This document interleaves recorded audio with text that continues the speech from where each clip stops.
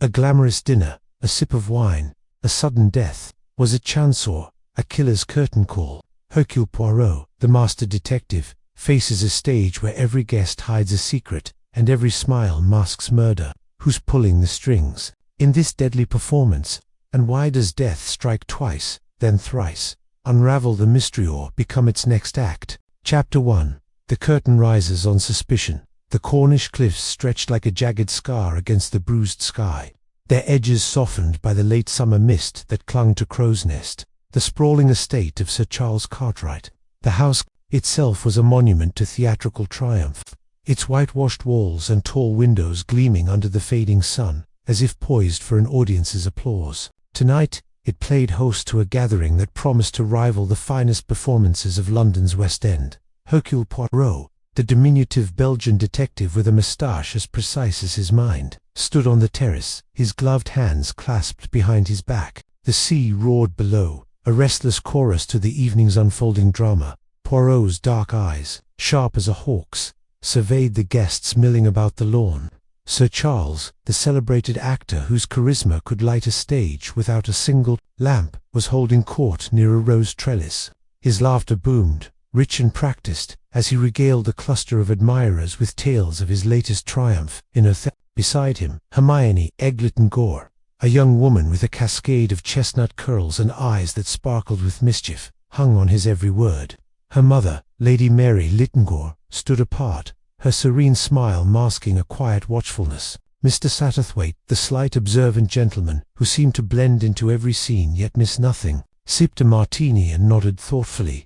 The guest list was a tapestry of contrasts. Captain Freddie Dacres, a dashing gambler with a smile too sharp for comfort. His wife Cynthia, whose elegance was as cold as the diamonds at her throat. Muriel Wills, a playwright with a penchant for cryptic remarks and owlish glasses. Oliver Manders, a brooding young artist whose sketches adorned the walls of Crow's Nest. And the Reverend Stephen Babington, a soft-spoken clergyman, whose presence seemed almost accidental among such flamboyant company. Rounding out the party was Dr. Bartholomew Strange, a nerve specialist with a laugh as warm as his gaze was piercing. Poirot adjusted his bow tie, his mind cataloguing each guest with the precision of a stage manager. The cast is assembled, he murmured to himself, but what is the play? He had accepted Sir Charles's invitation out of curiosity, intrigued by the actor's reputation for weaving drama into every facet of life. Yet, as the wind carried the scent of salt and roses, Poirot sensed an undercurrent, a whisper of something amiss. "Poirot, my dear fellow." Sir Charles's voice cut through the chatter, drawing all eyes. He strode toward the detective, his silver hair catching the light like a halo. "You're far too serious for such a splendid evening. Come, join us for a toast." He gestured to a tray of martinis, their glasses glinting like props in a well-lit scene. Poirot inclined his head, his smile polite but guarded. "Monsieur Cartwright, your hospitality is magnific," but Hercule Poirot observes before he indulges. "The stage, it must be studied." Sir Charles laughed, clapping Poirot on the shoulder. "Always the detective. Well, observe away, but don't miss the performance. Tonight, we celebrate life." He raised his glass, and the guests followed suit. Their voices a chorus of agreement. Egg darted to Poirot's side, her green dress swirling like a wave. "Monsieur Poirot, you must tell me, do you ever tire of solving mysteries? Sir Charles says life is a stage, but you seem to think it's a puzzle." Poirot's eyes twinkled. "Mademoiselle Egg, life is both, a stage where each player hides a piece of the puzzle. It is my task to find the pieces and make them whole." She grinned, undeterred by his gravity. "Then you'll love this crowd. Everyone's playing a part, aren't they?" Her gaze flicked to Captain Dacres, who was whispering to Muriel Wills, their heads bent close. Before Poirot could respond, Lady Mary approached, her expression gentle but firm. "Hermione, don't pester Monsieur Poirot. He's our guest, not a performer." Egg pouted but relented, linking arms with her mother. "Oh, mother, he's far more interesting than most of the actors here." Poirot bowed slightly. "You flatter me, mademoiselle. But tell me, what brings such a varied cast to Crow's Nest?" Lady Mary's smile faltered, a shadow crossing her face. "Sir Charles loves an audience, and we're all too happy to oblige. Though I confess, some of these guests—" She trailed off, glancing at Cynthia Christie, who was adjusting her shawl with deliberate grace. Mr. Satterthwaite joined them, his martini untouched. A fascinating mix, wouldn't you say, Monsieur Poirot? I've always found Sir Charles's parties to be revealing. People wear masks, but they slip in the right light. Poirot nodded, his gaze drifting to the Reverend Babington, who stood alone near the terrace's edge, clutching his glass with a nervous smile. And what of the good Reverend? He seems out of place among such theatrics. Eyes followed Poirot's. Stephen Babington, a kind soul, but yes, an odd choice. He's known Sir Charles for years, though I've never understood why. Perhaps a touch of charity on Charles's part. The conversation was interrupted by a sudden clatter. Oliver Manders, the artist, had dropped his sketchbook, its pages fluttering open to reveal a charcoal sketch of the cliffs, jagged and ominous. He scrambled to retrieve it, his cheeks flushed. "Clumsy of me," he muttered, avoiding Poirot's gaze. "Dinner is served." Sir Charles's voice rang out, summoning the guests to the dining room. The table was a spectacle. Crystal goblets, silver candelabras, and a centerpiece of roses that seemed to bleed crimson in the candlelight. Poirot took his seat beside Egg, who whispered, "Isn't it like a scene from one of Sir Charles's plays? All that's missing is a dramatic twist." Poirot's lips twitched. "Mademoiselle, in life, the twist is never far away." The meal was exquisite: roast pheasant, delicate asparagus, and a sorbet that melted like a sybutt. The atmosphere crackled with unspoken tensions. Captain Dacre's laughter was too loud, Cynthia's smiles too brittle. Muriel Wills scribbled notes on a napkin, her eyes darting to Sir Charles. Dr. Strange, seated opposite Poirot, spoke of his work with a warmth that belied the sharpness in his gaze. Reverend Babington, seated at the table's far end, seemed to shrink into himself, his fork trembling as he ate. Poirot watched him closely, noting the clergyman's discomfort. "Monsieur Babington," he called gently, "you are enjoying the evening." Babington started, his glass nearly tipping. "Oh yes, Monsieur Poirot, most kind of Sir Charles. To invite me are not much for such grand affairs, you see." Sir Charles raised his glass. "Nonsense, Stephen, you're the heart of humility in this den of egos. To friendship." The guests echoed the toast, their glasses clinking like a prelude to a storm. As the martinis were sipped, Poirot's senses sharpened. He noticed Cynthia Dacre's hand linger near her husband's glass, a fleeting gesture that vanished as quickly as it appeared. Muriel Wills's napkin, now crumpled, bore a sketch of a martini glass, its rim darkly shaded. Egg, ever observant, leaned toward Poirot. "Did you see that? Muriel's up to something." Poirot's response was cut short by a choking gasp. Reverend Babington's face contorted, his glass slipping from his hand to shatter on the floor. He clutched his throat, his eyes wide with panic, then slumped forward, lifeless. The room erupted in chaos. Egg screamed, Lady Mary gasped, and Sir Charles leapt to his feet. His actor's poise shattered. "Stephen!" Dr. Strange rushed to the clergyman's side, checking his pulse. "He's gone," he said, his voice hollow. "Dead." Poirot was already moving, his small frame commanding the room. "Come, Mies, Amos." No one touched the glass. He knelt beside the shattered remains, his gloved fingers hovering over the fragments. The scent of gin and vermouth was sharp, but no other odor lingered. He turned to Dr. Strange. "Monsieur, your professional opinion." Strange shook his head, his face pale. "It could be a heart attack, or poison, but I'd need to examine him properly." Sir Charles's voice trembled with rage. "Poison, in my house. This is murder, Poirot." His theatrical flair returned, but his eyes betrayed genuine shock. Egg clutched Poirot's arm. "Monsieur Poirot, you must find out who did this. Stephen was harmless. Who would want him dead?" Poirot's gaze swept the room, cataloguing each guest's reaction. Cynthia's frozen stare, Freddie Dacre's clenched jaw, Muriel's sudden stillness, Oliver's averted eyes. Mr. Satterthwaite, ever the observer, met Poirot's gaze with a nod, as if acknowledging the game had begun. "First, we must secure the scene," Poirot said firmly. "Monsieur Cartwright, please ensure no one leaves. Mademoiselle Egg, fetch paper and pen. We will note every detail." As the guests murmured, Poirot examined the table. The other martini glasses stood untouched, their contents gleaming innocently. He lifted a shard of Babington's glass, his mind racing. No poison in the glass, perhaps, but the method. "It is ingenious, Nan." Dr. Strange, now composed, assisted Poirot, his medical expertise a counterpoint to the detective's logic. If it's poison, it's fast-acting nicotine perhaps, or something rarer. But how was it administered? Poirot's eyes narrowed. That, mon ami, is the question. The stage is set, but the trick eludes us. The guests were ushered to the drawing-room, their voices a cacophony of fear and suspicion. Sir Charles paced, his hands gesturing wildly. This is monstrous. Stephen was a friend, a good man. Who could do this? Cynthia Dacres lit a cigarette, her hands steady, but her eyes darting. Perhaps it was an accident, a bad batch of gin. Freddie Dacres snorted. Don't be absurd, Cynthia. Someone wanted him dead. Muriel Wills, her voice soft but cutting, added, or someone wanted to make a statement. This feels theatrical. Poirot's head tilted, her words striking a chord. Theatrical. A performance requires an audience, and we are all players tonight. Egg returned with paper and pen, her face pale but determined. I've been watching, Monsieur Poirot. Freddie was near Stephen's glass before the toast, and Muriel kept scribbling. Could it be a code? Poirot smiled faintly.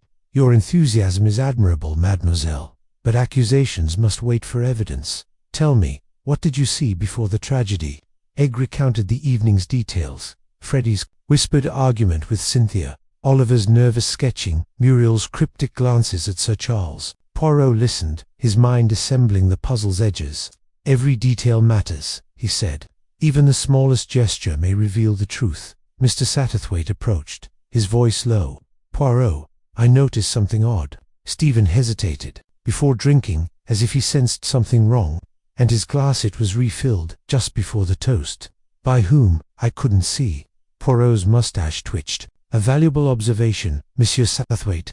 The hand that refills may be the hand that kills. As the night wore on, the local constable arrived, a bumbling man out of his depth. Poirot took charge, directing the removal of Babington's body for autopsy and securing the dining room. He questioned each guest, their answers revealing more about their characters than their alibis. Sir Charles spoke of Babington's quiet faith, Egg of his kindness, but no motive emerged. The clergyman was a blank page, his death a riddle without a key dot in the quiet of the terrace. Poirot stood alone, the sea's roar a distant echo. Mr. Satterthwaite joined him, his eyes gleaming with curiosity. What do you make of it, Poirot? A random act, or something more? Poirot's voice was soft, almost lost in the wind. There is no randomness in murder, Monsieur Satterthwaite. This was a performance, meticulously planned. But why Babington? That is the question that haunts Hercule Poirot. Chapter 2. A second act of shadows. The Mediterranean sun blazed over Monte Carlo, its golden rays glinting off the azure waves that lapped at the rocky shore. The Casino de Monte Carlo, a palace of opulence with its belle epoque facade, stood, as a beacon of decadence, drawing the elite like moths to a chandelier. Inside, the air was thick with the clink of chips, the murmur of high-stakes bets, and the occasional gasp of a lost fortune. Hercule Poirot, immaculate in his tailored suit, his mustache waxed to perfection, stood at the edge of the roulette room, observing the whirl of human desires with the detachment of a scientist studying a specimen. Mon Dieu, he murmured to himself, adjusting his cufflinks. How the wheel spins, and yet the human heart spins faster. He had come to Monte Carlo on a whim, or so he told himself, seeking a respite from the Cornish dinner party that had left an unsettling aftertaste. The death of Reverend Babington, collapsing mid-sip at Sir Charles Cartwright's Clifftop Manor, had been ruled natural by the coroner. No poison, no foul play, just a heart that gave out under the weight of too many martinis, or so the report claimed. Yet, Poirot's little grey cells refused to rest. There was something in the way Babington's hand had trembled, the way his eyes had widened just before the fall, that whispered of a performance gone awry. Poirot, you old fox. A booming voice cut through the casino's hum.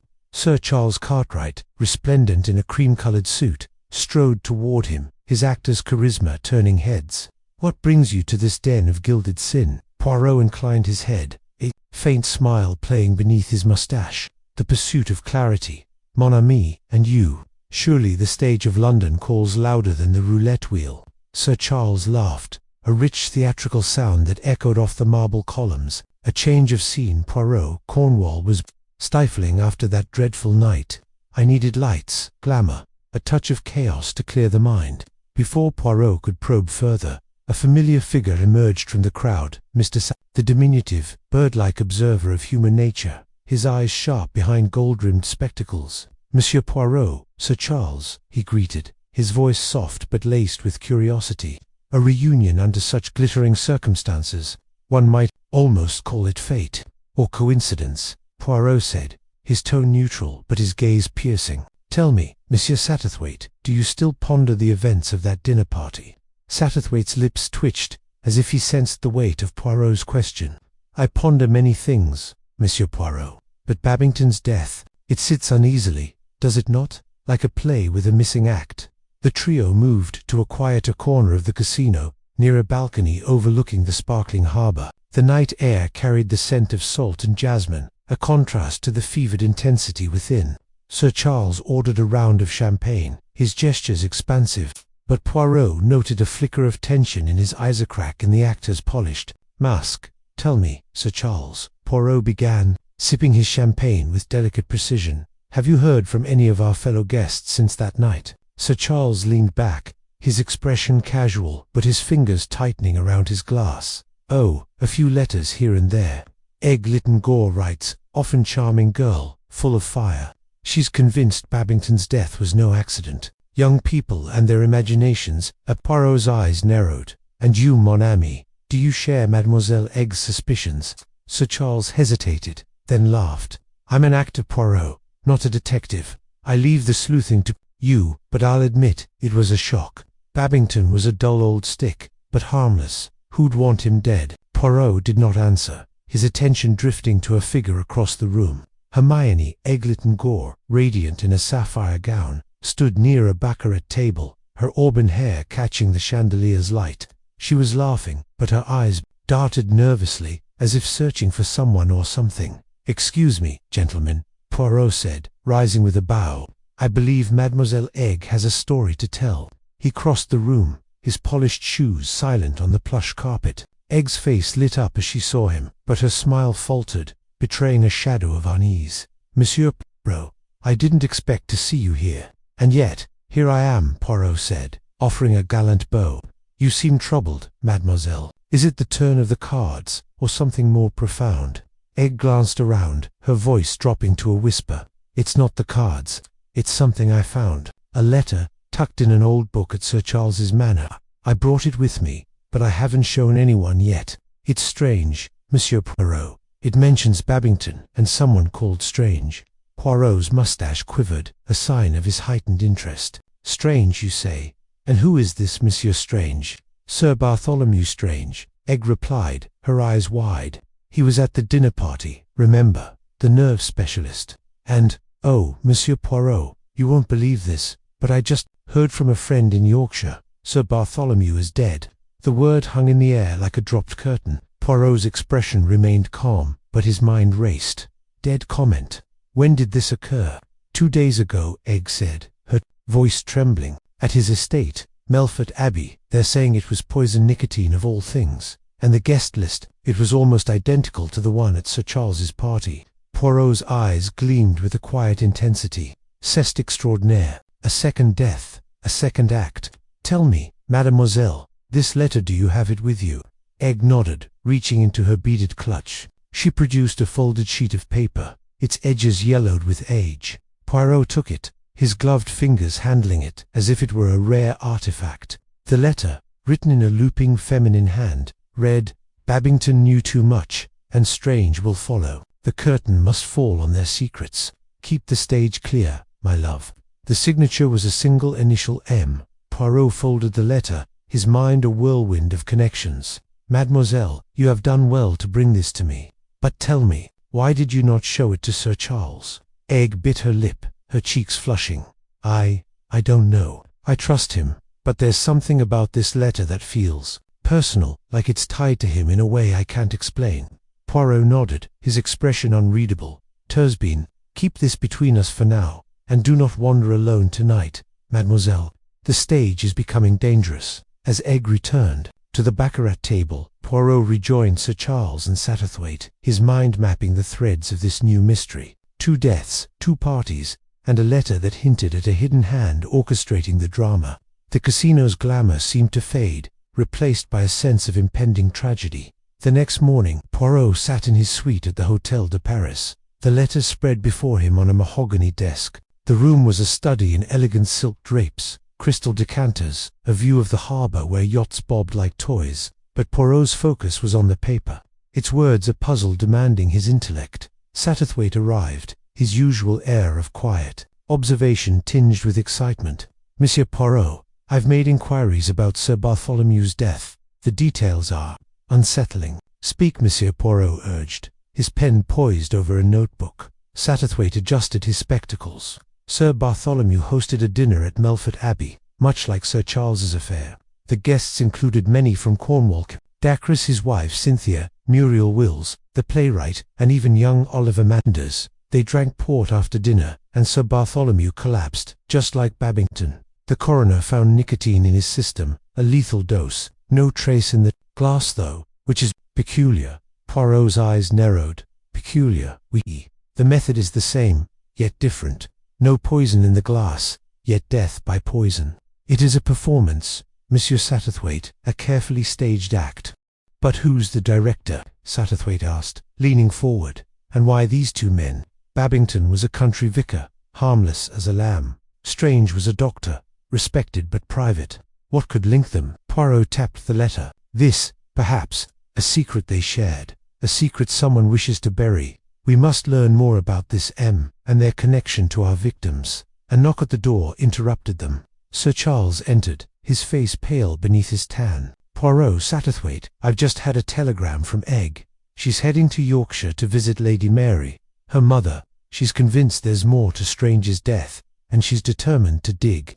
Poirot's expression darkened. "C'est imprudent. Mademoiselle Egg is spirited, but she treads a dangerous path. We must follow Mies Armis.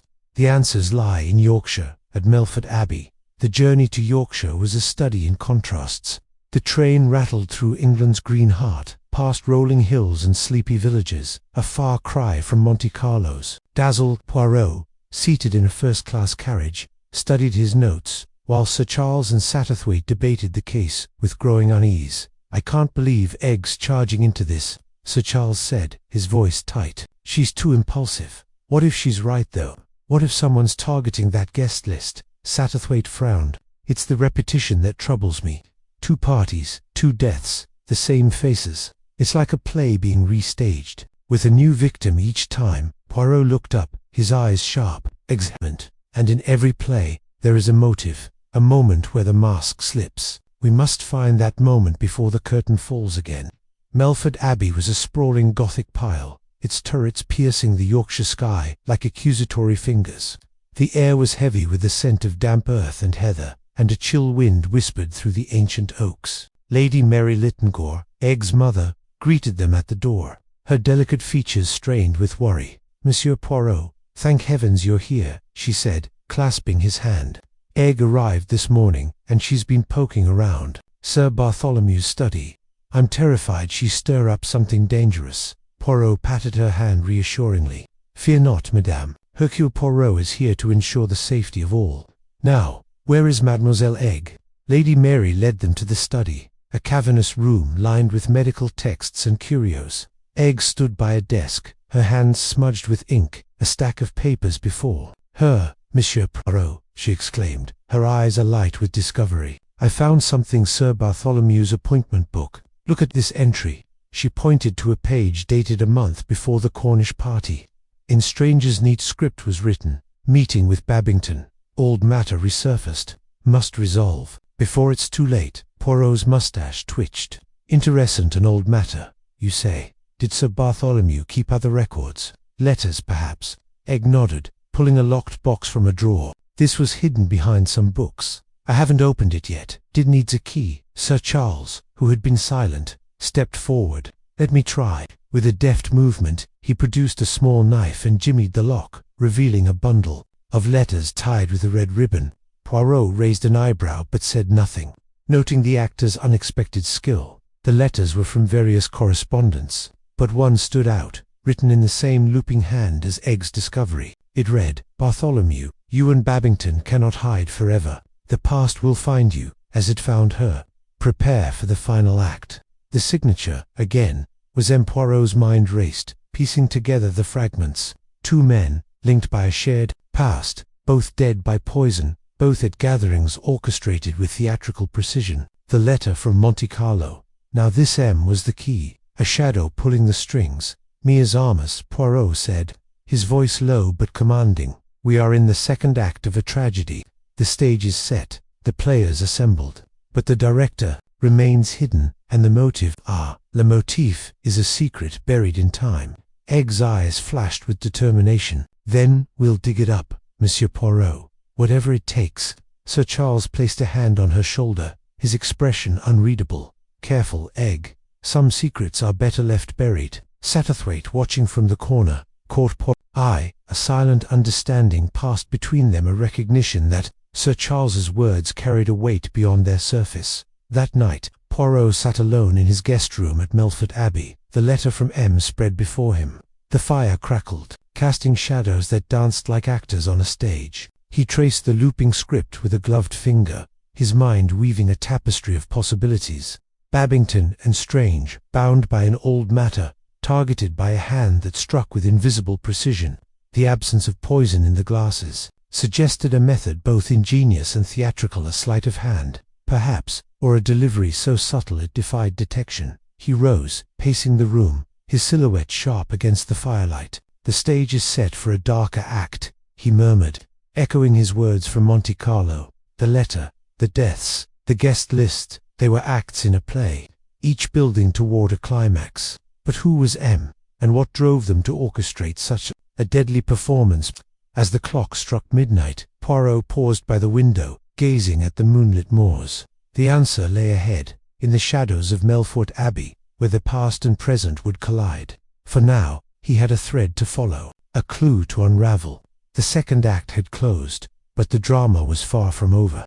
Chapter 3. Monte Carlo's shadow. The Mediterranean sun blazed over Monte Carlo, its golden rays glinting off the turquoise sea and the polished marble of the Casino di Monte Carlo. Hercule Poirot sat at a rotund table on the terrace of Café de Paris, his small, precise hands cradling a cup of tisane. His moustache, impeccably waxed, quivered slightly as he inhaled the herbal steam, a ritual that steadied his mind. The clink of champagne glasses and the murmur of cosmopolitan voices surrounded him. Yet his thoughts drifted to Cornwall, to the unsettling dinner at Crow's Nest, Reverend Babington's collapse, the empty martini glass, Sir Charles' theatrical insistence on murder. It lingered like a discordant note in an otherwise harmonious symphony. Poirot had come to Monte Carlo for respite, a brief escape from the Cornish puzzle that refused to resolve itself. He adjusted his straw hat, shielding his eyes from the glare, and observed a parade of elegance before him.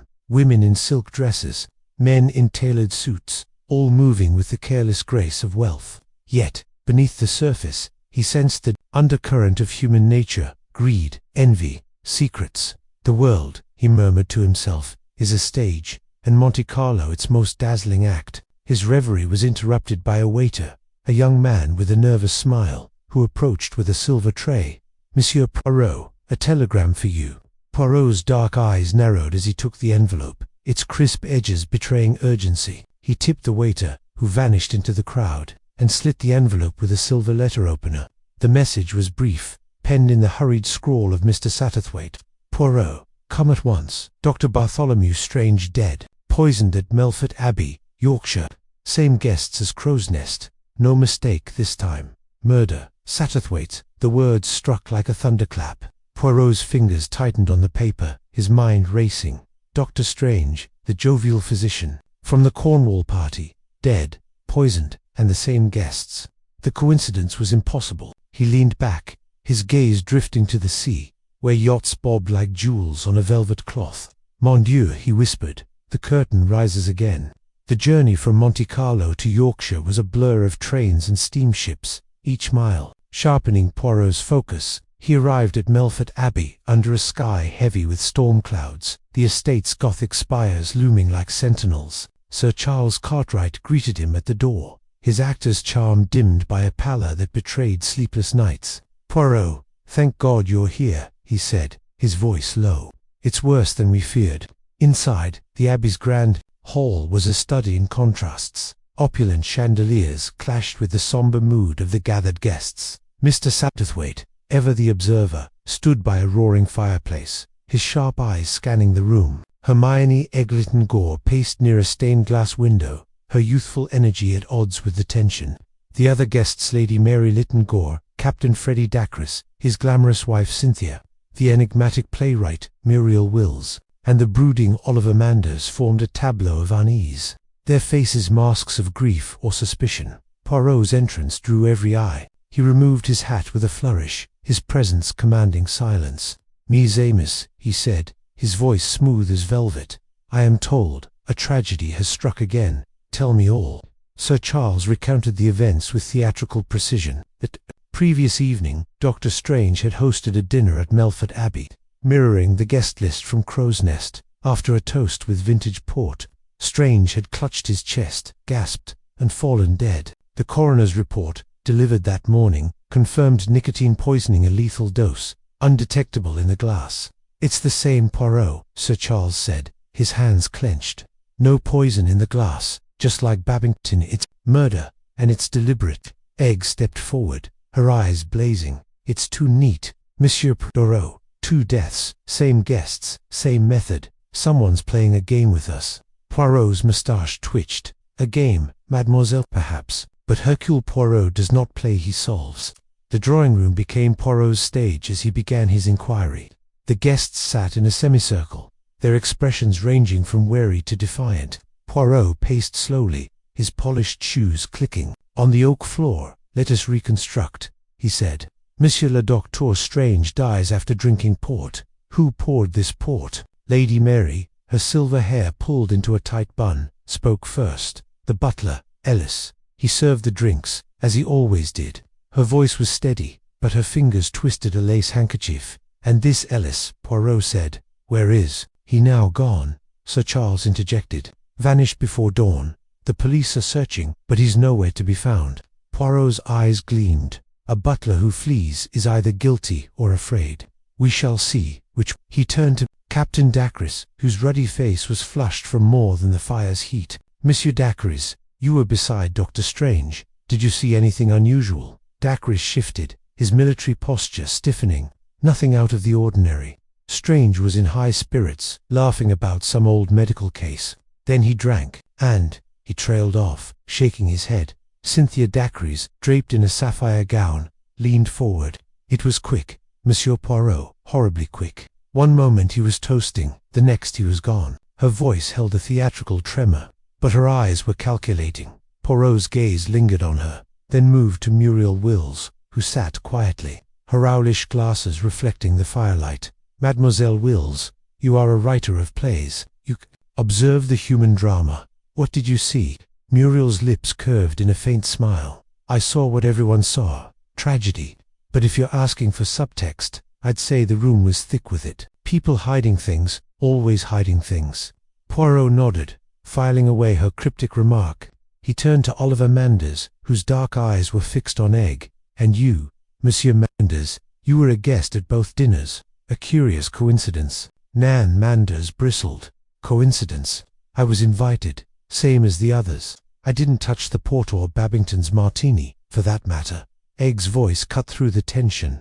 "Don't badger him, Monsieur Poirot. Oliver's no killer, but someone here is." Her defiance drew a sharp glance from Lady Mary, who murmured, "Hermione, please." Poirot raised a hand, silencing the room. "Enough. I must see the scene of the crime." The dining room was a masterpiece of Edwardian grandeur, its long, mahogany tables still set with crystal and silver. The air held a faint tang of port, mingling with the musty scent of old wood. Poirot circled the table, his eyes darting from the overturned chair where Strange had sat to the gleaming decanter at the center. "The port," he mused. "It was poured from this." Sir Charles nodded. "Yes, we all drank from it, except Egg. She prefers gin." Egg smirked. "Lucky me." Poirot lifted the decanter, sniffing its contents.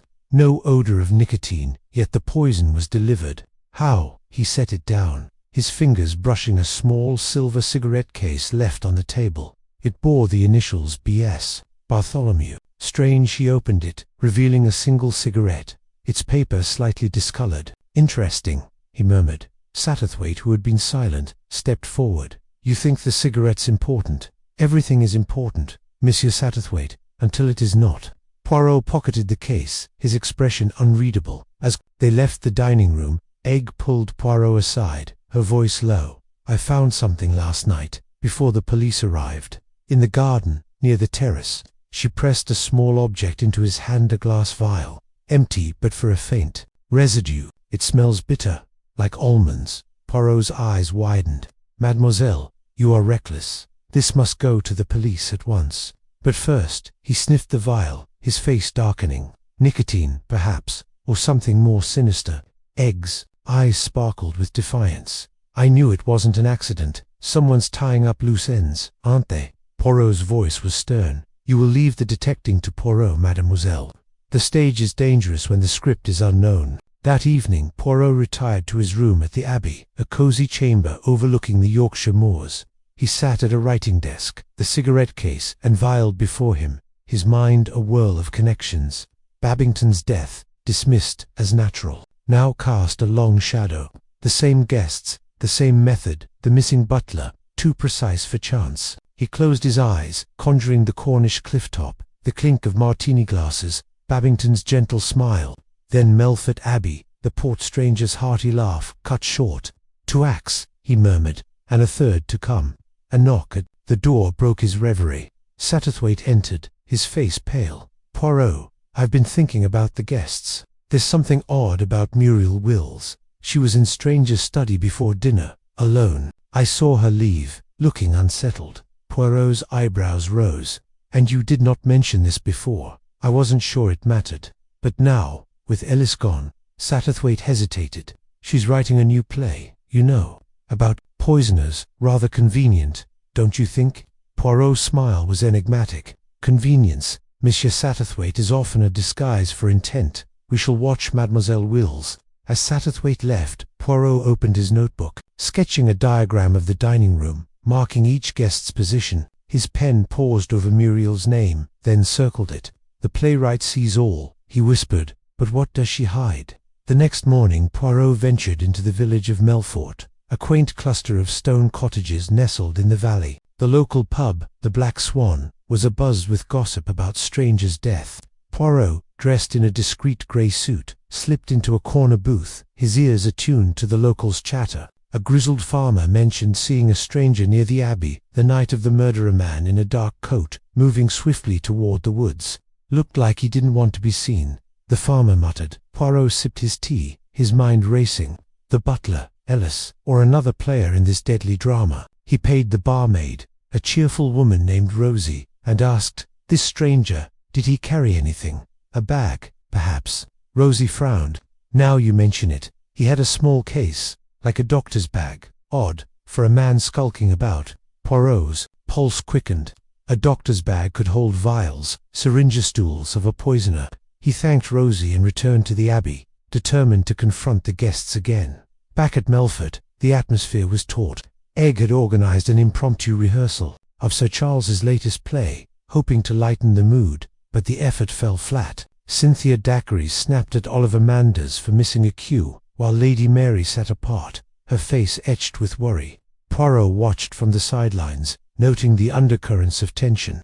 When the rehearsal broke, he approached Muriel Wills, who was scribbling notes in a leather-bound journal. "Mademoiselle Wills," he said, his tone polite but firm, "you were in Dr. Strange's study before his death. May I ask why?" Muriel's pen froze. "Research," she said, her voice cool. "Bartholomew was helping me with medical details for my play. He was generous with his time.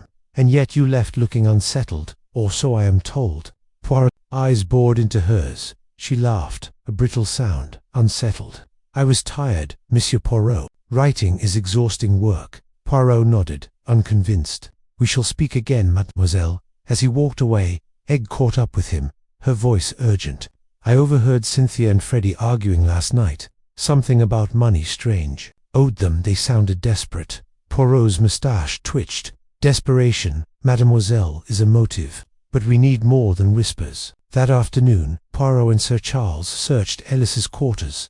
a sparse room above the stables. The air was stale, the bed unmade. Under the mattress, Sir Charles found a photograph, a faded image of a young woman, her face hauntingly familiar. "Who is she?" Sir Charles asked. Poirot studied the photo, his memory stirring. "She resembles, but no, it cannot be." He slipped the photo into his pocket, his mind racing. Was this the key to the butler's disappearance, or a distraction? As they left the stables, a scream pierced the air. Egg came running from the garden, her face ashen. "It's Oliver. He's collapsed." They found Manders sprawled on the terrace, a glass of gin shattered beside him. Poirot knelt, checking his pulse. "He lives," he said, relief mingling with suspicion. "But this is no accident." The doctor, summoned from the village, confirmed Oliver had ingested a non-lethal dose of nicotine, enough to sicken, not kill. As Oliver was carried to his room, Poirot's gaze fell on the broken glass, its contents seeping into the stone. "3 times, he murmured. "The poisoner grows bold." That night, Poirot gathered the guests in the library, the fire casting long shadows. "Mies Amos," he said, his voice steady. "We are in the shadow of a cunning mind. 2 deaths, 1 attempt, all linked by poison and this company. I will find the truth, but I warn you, do not drink, do not trust, until I do." Cynthia Dacres laughed nervously. "You're saying one of us is a killer?" Poirot's eyes were steel. "I say only that the truth hides in plain sight, and Hercule Poirot will uncover it." As the guests dispersed, Satterthwaite lingered, his voice low. "Poirot, I found something in Strange's papers. A letter, mentioning a medical board he and Babington served on years ago.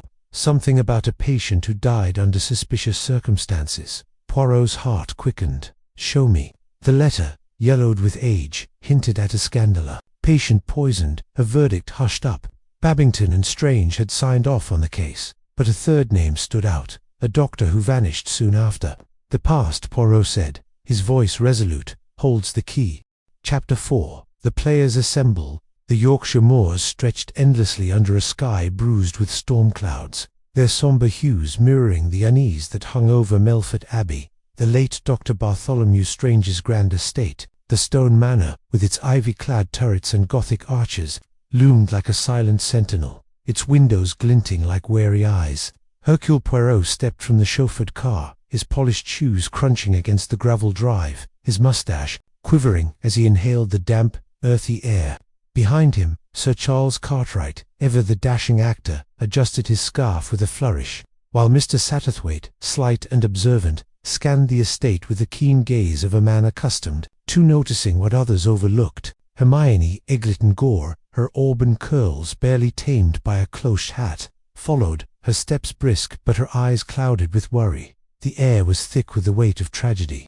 Only days ago, Dr. Strange had collapsed at this very estate, clutching a glass of port, his face contorted in agony as nicotine poison snuffed out his life. The eerie echo of Reverend Babington's death, weeks earlier, at Sir Charles's Cornish home, Crow's Nest, had drawn them here, a quartet bound by suspicion and a shared determination to unravel the truth. Poirot, his mind a labyrinth of logic, felt the threads of the mystery tightening, each clue a knot to be untied. "Mon Dieu," Poirot murmured, his voice a soft cadence against the wind's low moan.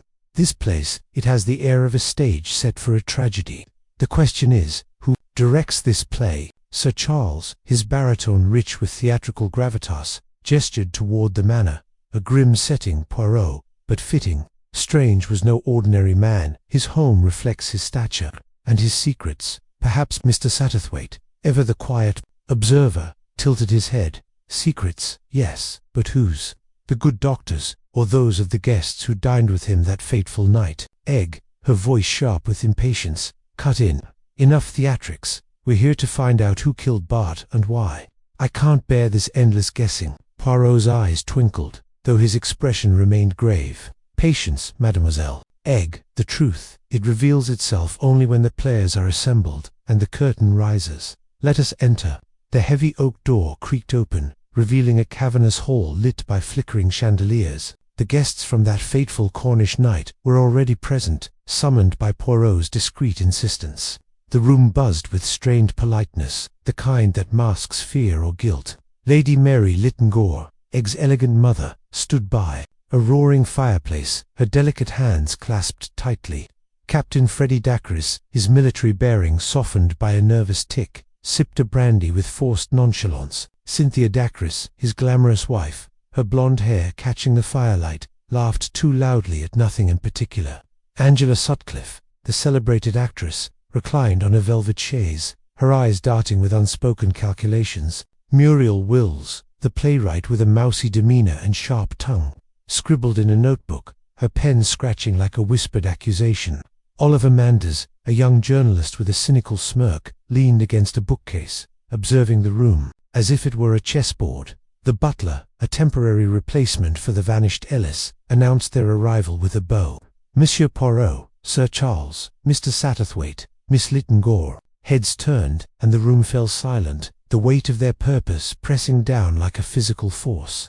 Poirot stepped forward, his small frame commanding attention. "Mise et miss," he began, his voice clear and deliberate. "We are gathered to uncover the truth behind the tragedy that struck this house. Dr. Strange's death, like that of Reverend Babington, is no mere accident. I ask for your cooperation and your honesty." A murmur rippled through the group, but none spoke. Poirot's gaze swept the room, lingering on each face, searching for the flicker of guilt. He noted Cynthia's quick glance at her husband, Freddie's tightened grip on his glass, and Muriel's sudden pause in her writing. The game, he thought, had begun. The morning unfolded in a series of interviews, orchestrated by Poirot with the precision of a conductor. The library, with its towering shelves and scent of old leather, became their stage. Sir Charles, playing the gracious host despite being a guest, ensured the group remained cooperative, his charm smoothing over their unease. Mr. ever watchful, took mental notes, his knack for human nature complementing Poirot's logic. Egg, restless and fiery, hovered at the edges, her questions sharp but often impulsive. Poirot began with Lady Mary, whose composure was a fragile veneer. "Madame," he said, settling into a high-backed chair, "you were present at both Crow's Nest and here when tragedy struck. What did you observe the night Dr. Strange died?" Lady Mary's eyes, pale and haunted, met his. "It was dreadful, Monsieur. We were dining, laughing, reminiscing about old plays. But Dr. Strange was in high spirits, toasting to new beginnings. Then, after the port was served, he gasped, clutched his throat, and fell. It was over so quickly, and the port." Poirot pressed, who handled the decanter. She hesitated, her fingers twisting a lace handkerchief. "The butler, Ellis, poured it, but we all touched our glasses, passing them about. It was a convivial evening until it wasn't." Poirot nodded, filing away her words. "And this Ellis, he is nowhere to be found. Curious, Nan." Lady Mary's lips parted, but she said nothing, her silence louder than words. Next came Captain Dacres, his posture rigid, as if standing at attention. "I'm no detective, Poirot," he said gruffly, "but I saw nothing odd. Strange was a robust fellow. His death shocked us all." Yet Poirot countered, "You were seen adjusting your glass at Crow's Nest just before Reverend collapse. A coincidence, perhaps?" Dacre's jaw tightened, a vein pulsing at his temple. "I don't care for your insinuations. I'm a soldier, not a poisoner." Poirot's smile was enigmatic. "Of course, Capitaine, but the smallest actions, they speak loudly to Hercule Poirot." Cynthia Dacres was next, her perfume a cloud of jasmine as she perched on the edge of a chair. "Really, Monsieur Poirot," she said, her voice a melodic drawl, "this is all so tiresome. Bart was a dear friend. Why would anyone harm him?" "Perhaps," Poirot suggested, "because he knew something someone wished to keep hidden." "Did he ever speak of a letter, Madame de—" Her eyes widened, then narrowed. "A letter? No, never. You're chasing shadows." But Poirot noticed her fingers tremble, betraying her polished facade. Angela Sutcliffe, the actress, was all poise and deflection. "I'm used to playing roles, Monsieur Poirot," she said, her smile dazzling, "but I assure you, I'm no villain in this drama. Bart's death was a tragedy, nothing more." "And yet," Poirot mused, "you were near the decanter at Melfort Abbey. Your charm, mademoiselle. It distracts, but it does not deceive." Poirot. Her laughter was sharp, like glass breaking. "You're a clever little man, aren't you?" Muriel Wills, the playwright, was less forthcoming, her responses clipped and evasive. "I write mysteries, Monsieur Poirot. I don't live them," she said, her pen tapping rhythmically. I saw nothing unusual, only people enjoying themselves until they weren't. Poirot leaned forward. And yet, Mademoiselle Wills, your eyes, they missed nothing. Did you see Dr. Strange with a letter, perhaps, before his demise? Her pen stilled, and for a moment, her mousy demeanor slipped, revealing a flicker of unease. I don't recall, she said, too quickly. Oliver Manders, the journalist, was the last, his cynicism a shield. You're barking up the wrong tree, Poirot, he said, lighting a cigarette. Strange's death was probably an accident. People drop dead all the time. Twice, Monsieur Poirot's tone was mild, but his eyes were steel. 2 men, 2 gatherings, 2 glasses, no poison found. This is no accident.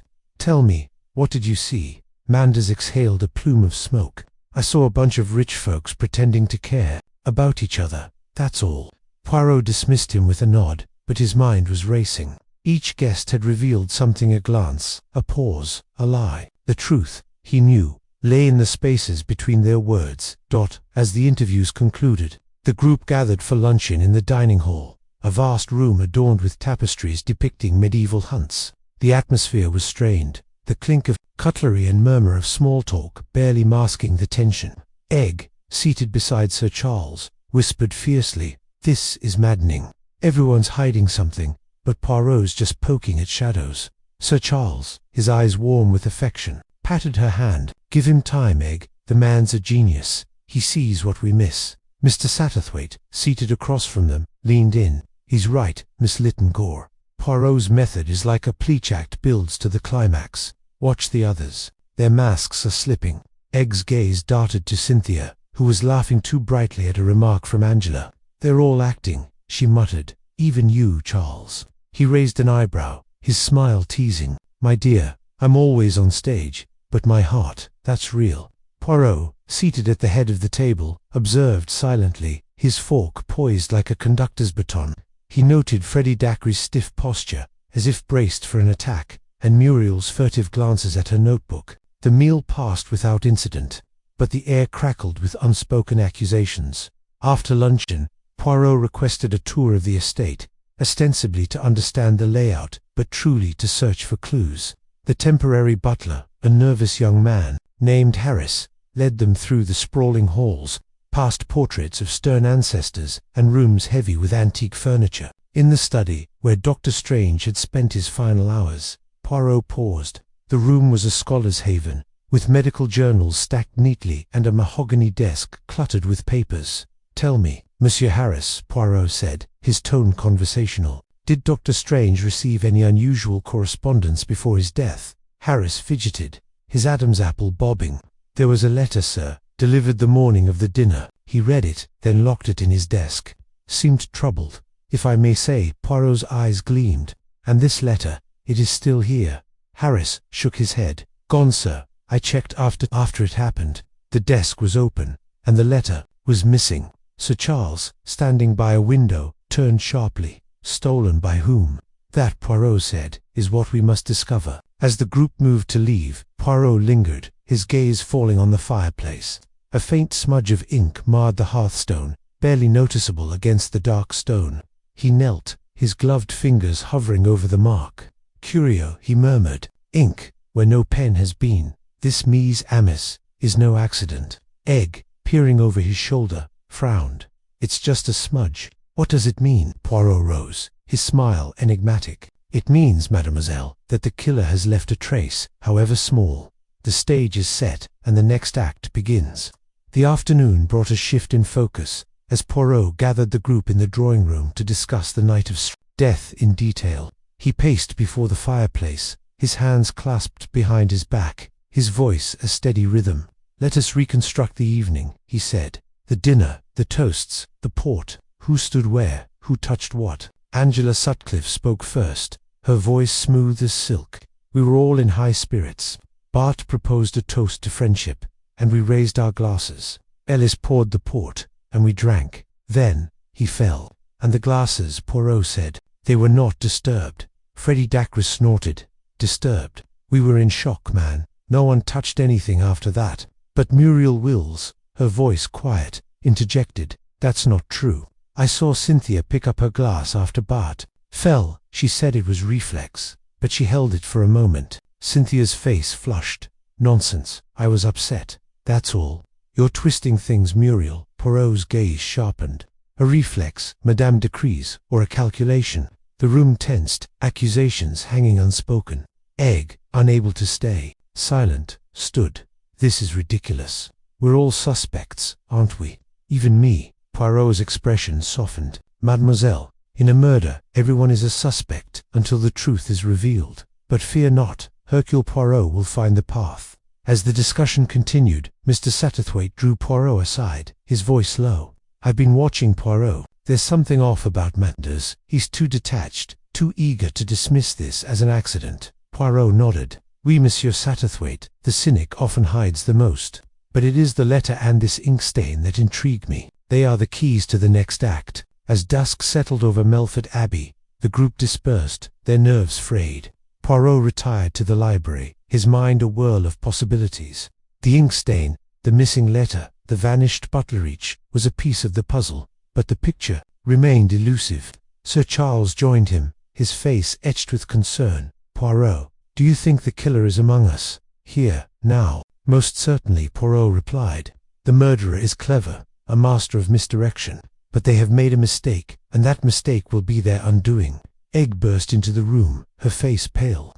"I found something," she said, holding out a crumpled piece of paper.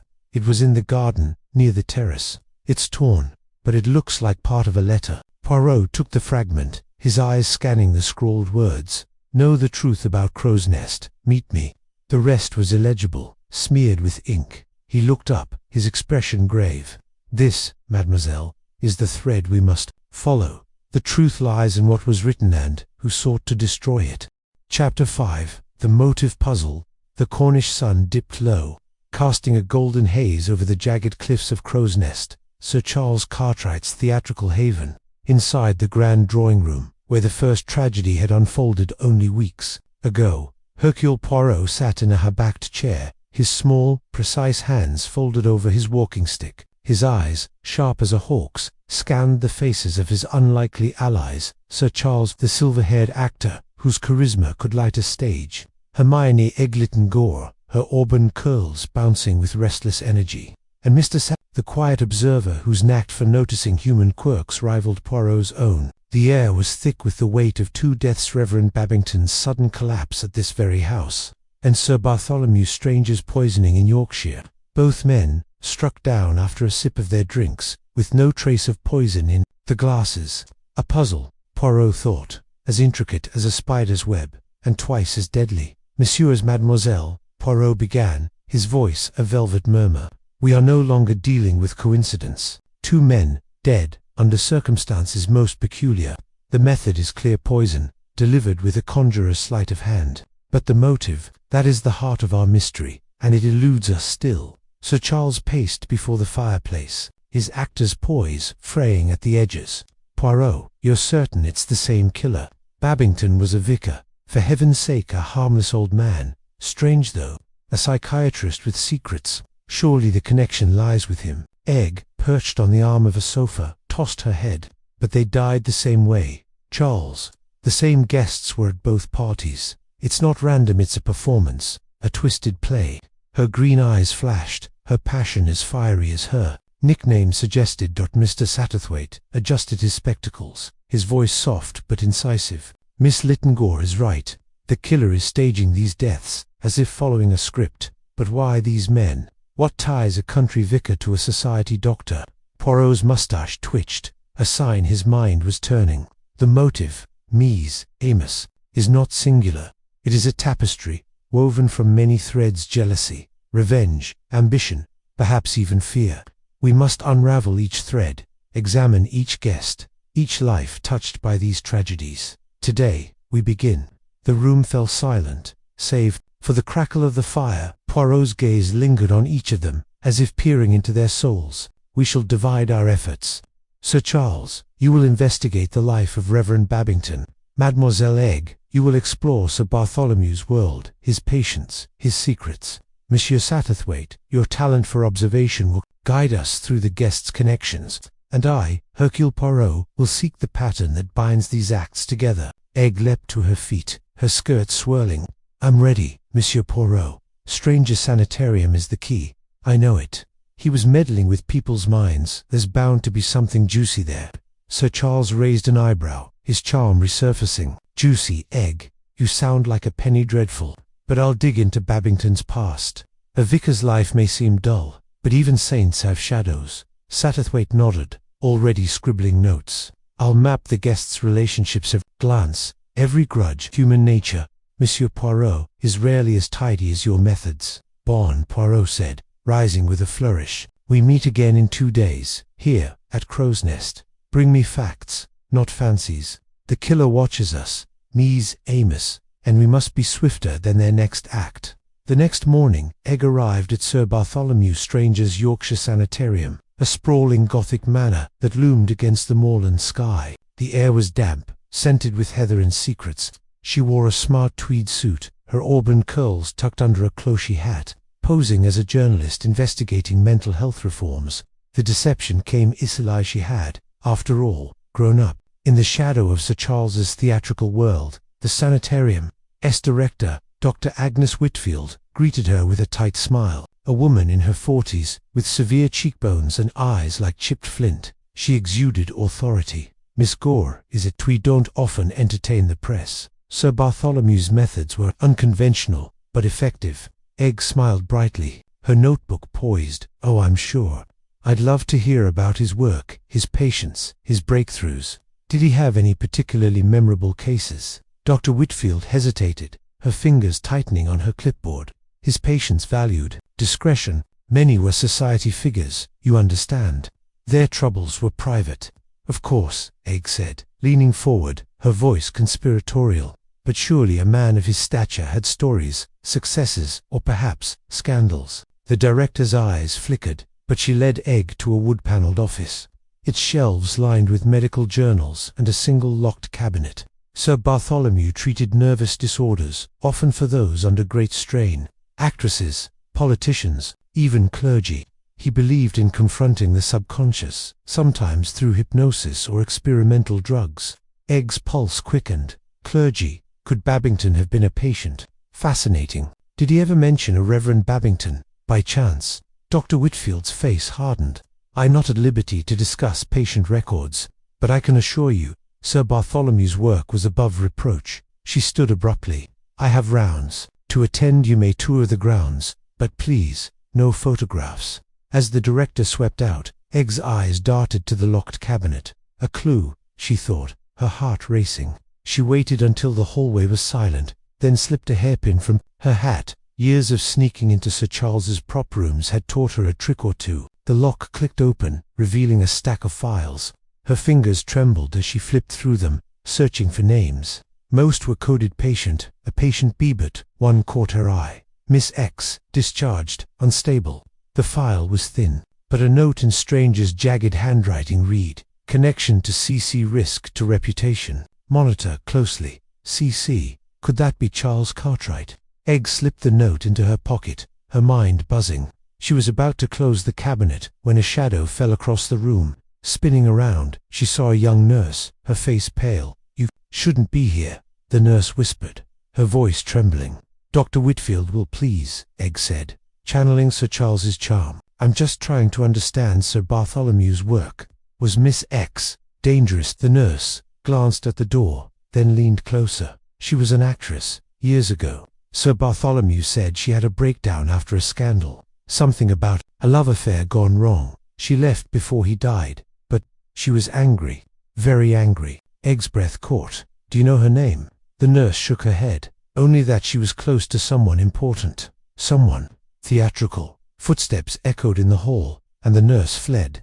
Egg closed the cabinet, her mind racing. An actress, a scandal, and a connection to Sir Charles. The pieces were falling into place, but the picture was still maddeningly vague. Meanwhile, in the quiet village of Lumouth, Sir Charles stood before the ivy-covered vicarage, where Reverend Stephen Babington had lived. The air smelled of damp earth and fading roses, a stark contrast to the glamour of Crow's Nest. He knocked on the door, his actor's smile in place, though his heart felt oddly heavy. Babington had been a guest at his party, a man of gentle humour and quiet faith. How could such a man have enemies? Mrs. Babington, a frail woman with silver hair, welcomed him with a trembling smile. "Sir Charles, how kind of you to visit. Stephen spoke so warmly of your hospitality. I only wish it had ended differently," Charles said, his voice softening. "Mrs. Babington, I'm trying to understand what happened. Did Stephen ever mention anything unusual before?" That night, she led him to a parlor cluttered with books and faded photographs. Stephen was a simple man. He loved his parish, his garden. But lately, he was troubled. He'd received letters, anonymous ones, accusing him of meddling in matters that weren't his concern. Charles leaned forward, his actor's instincts sensing a thread. "Meddling? In what way?" Mrs. Babington's hands twisted in lap. He wouldn't say much, only that he'd tried to help someone years ago, a young woman, an actress, who'd fallen into trouble. Stephen felt he'd failed her, that his advice had done more harm than good. He carried that guilt to his grave. Charles's pulse quickened. An actress, again. Did he mention her name, or anyone connected to her? No, but wait. She rose, rummaging through a desk drawer. She handed him a bundle of letters tied with twine. "These came after his death. I couldn't bear to read them all. They're so cruel."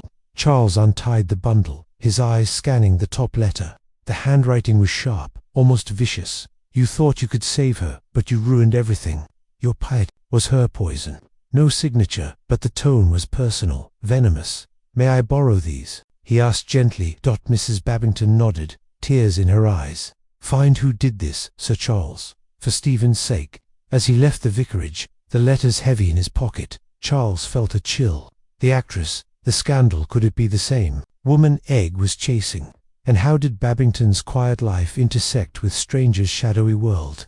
In London, Mr. Satterthwaite sat in a dimly lit cafe, his notebook open, a web of names and connections sketched in his neat hand. Across from him was Cynthia Dacres, the fashion designer, whose sharp tongue and sharper wit made her a formidable suspect. Her crimson dress clashed gloriously with the cafe's muted tones, drawing every eye. "You're wasting your time, Satterthwaite," she said, stirring her tea with a silver spoon. "I barely knew Babington, and Strange was just a pompous doctor who thought he could fix broken minds. Why would I poison either of them?" Satterthwaite's smile was polite, but his eyes missed nothing: the flicker of her gaze, the slight tremble in her fingers. "Mrs. Dacres, you were at both parties. You saw the glasses, the guests. Surely you noticed something unusual." She laughed, a brittle sound. "Unusual?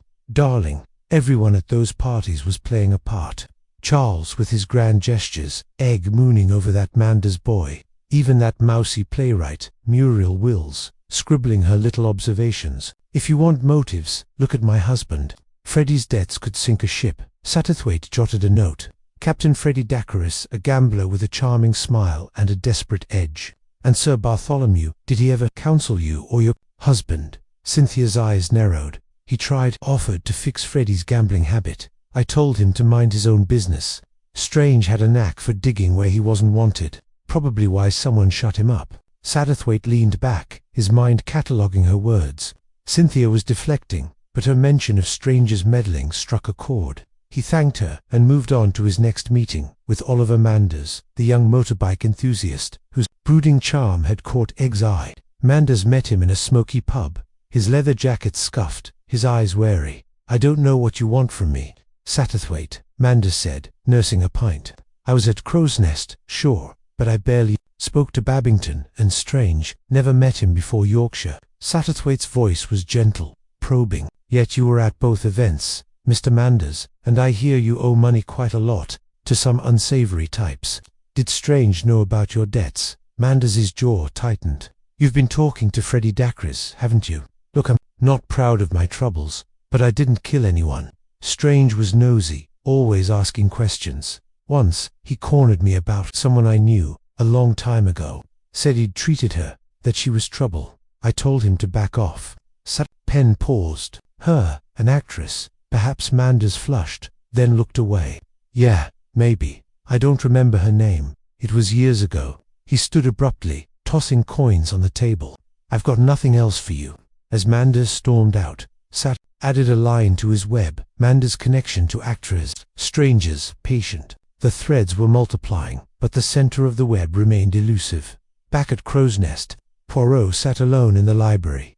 A map of the two crime scenes spread before him. The glasses, the poison, the guests all were pieces of a puzzle that refused to fit. He sipped a tisane, its warmth steadying his thoughts. The killer was clever, he mused, a director of death who left no trace. But every director had a script, and every script had a flaw. Egg burst in, her face flushed with excitement. "Monsieur Poirot, I found something." She thrust the stolen note into his hand, recounting her adventure at the sanitarium. Miss X, an actress, tied to Charles, and she was angry, maybe angry enough to kill. Poirot's eyes gleamed as he read the note. "CC," he murmured, "Sir Charles, perhaps, or another. But this actress, she is a ghost in our story. Nan, we must find her." Sir Charles arrived next, his face pale as he handed over the anonymous letters. Babington knew her too. Poirot. He tried to help her, but it backfired. These letters there, vicious, personal. Poirot scanned the letters, his fingers tracing the jagged script. The same hand, perhaps, as Strange's note. The same anger. This actress, she is our pivot, the point where Babington and Strange converge. Satterthwaite entered last, his notebook brimming. Cynthia Dacres pointed to her husband's debts, and Manders hinted at an actress he knew, treated by Strange. Everyone's hiding something. Poirot, but no one's confessing. Poirot rose, his small frame commanding the room. "Mies, Amos, we have found our thread." The actress, scorned, broken, perhaps vengeful, but she is not the whole tapestry. These murders, they are not mere revenge. They are a performance, a tragedy in 3 acts, and we have seen only 2. The killer is building to a crescendo, and we must find them before the curtain falls. As they planned their next steps, a maid entered, her face ashen. "Sir, a letter came for you. Found it in Sir Bartholomew's study, hidden in a book." She handed Poirot a folded sheet, sealed with red wax. Poirot broke the seal, his eyes narrowing as he read aloud. "Act to complete. The 3rd act awaits." The words hung in the air, a chilling promise. He folded the note, his voice steady but grave. "The killer is watching. Mies, Amos. They know we are close. We must be swifter, cleverer, or the next act will be our last." The fire crackled, casting long shadows across the room. Outside, the Cornish wind howled, as if echoing the killer's taunt. The puzzle was far from solved, but the pieces were aligning, and Poirot's little grey cells burned with determination. Chapter 6. The playwright's secret. The fog clung to London's streets like a velvet curtain, muffling the clatter of hooves and the distant hum of evening traffic. Hercule Poirot, immaculate in his tailored overcoat, stepped from a hansom cab onto the slick cobblestones of Bloomsbury. His patent leather shoes gleamed under the gaslight, a stark contrast to the murky air. Beside him, Mr. Satterthwaite, ever the observer of human nature, adjusted his scarf and glanced nervously at the unassuming townhouse before them. Its windows glowed faintly, betraying no hint of the secrets within. "Muriel Wills," Poirot murmured, his moustache twitching as he studied the building. "A woman of words, nest cepa. Yet words, they can conceal as much as they reveal."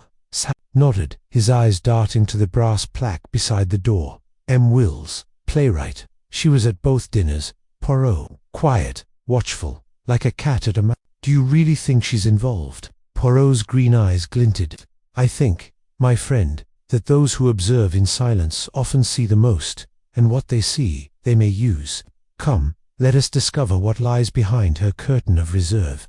The investigation had reached a critical juncture. The deaths of Reverend Babington and Sir Bartholomew Strange, both poisoned without a trace in their glasses, had left Poirot's little grey cells buzzing with possibilities. The 3rd death in Monte Carlo had cemented the pattern. Killer with a flair for the dramatic, orchestrating murders as if staging a play.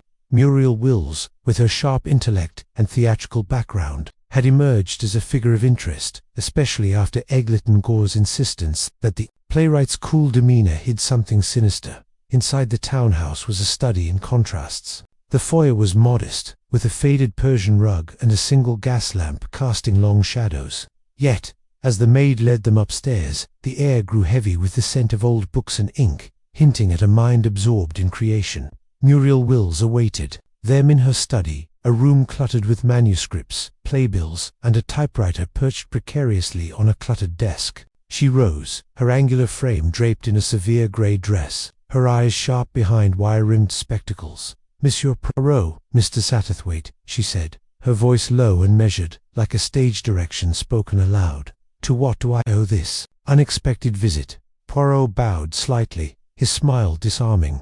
Mademoiselle Wills, we are but humble seekers of truth, drawn to your doorstep by the tragedy of recent events. May we speak? Her lips pressed into a thin line, but she gestured. Two chairs, of course, though I warn you, my life is dreadfully dull.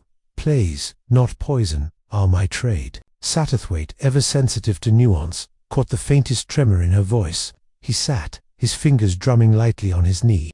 Your plays are anything but dull, Miss Wills. I saw The Crimson Veil last season, quite unsettling.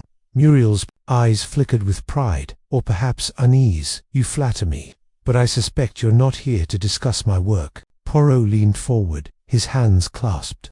On the contrary, mademoiselle, your work interests me greatly. You were present at Crow's Nest when poor Babington met his end, and again in Yorkshire when Sir Bartholomew fell. 2 acts in a tragedy. No, and now, a third in Monte Carlo. Tell me, as a playwright, what do you make of such a plot? Her fingers tightened around a pen on her desk. A coincidence, surely. Death follows no script. Monsieur Poirot, does it not? Poirot's voice was soft, almost hypnotic. I find that life, like a good play, has its patterns. A motive, here, a misdirection there. You, who craft such patterns, must see them too. The room seemed to shrink, the air thick with unspoken questions. Satterthwaite watched Muriel closely, noting the way her gaze darted to a stack of papers before returning to Poirot. Was it guilt, or merely the discomfort of scrutiny? Before she could respond, the door burst open. An egg-litten Gore swept in, her cheeks flushed and her auburn hair slightly askew. I knew it, she exclaimed, brandishing a folded newspaper. I told you, Poirot, she's not what she seems. Muriel's composure cracked, her eyes narrowing. Miss Littengore, this is my home. You can't just but I can. Egg interrupted, thrusting the newspaper at Poirot. Look at this, a review of her latest play, The Poisoned Chalice, published last week. It describes a murder by poison, administered in a way that leaves no trace. Sound familiar? Poirot's eyebrows rose as he scanned the article. Mon Dieu, this is most interesting. Mademoiselle Wills, you have a gift for the macabre, it seems. Muriel stood, her voice icy. It's fiction, Monsieur Poirot, a story. Surely you don't think I'd be foolish enough to mirror my crimes in my plays? Satterthwaite, sensing the tension, interjected smoothly. Of course not, but perhaps you could show us the manuscript, to put young Egg's mind at ease. Muriel hesitated, then nodded curtly. Very well, it's in my files. She crossed to a cabinet, her movements deliberate, and retrieved a thick sheaf of papers bound in twine. Here, read it if you must. Poirot took the manuscript, his fingers tracing the title, The Poisoned Chalice. As he flipped through the pages, his eyes narrowed.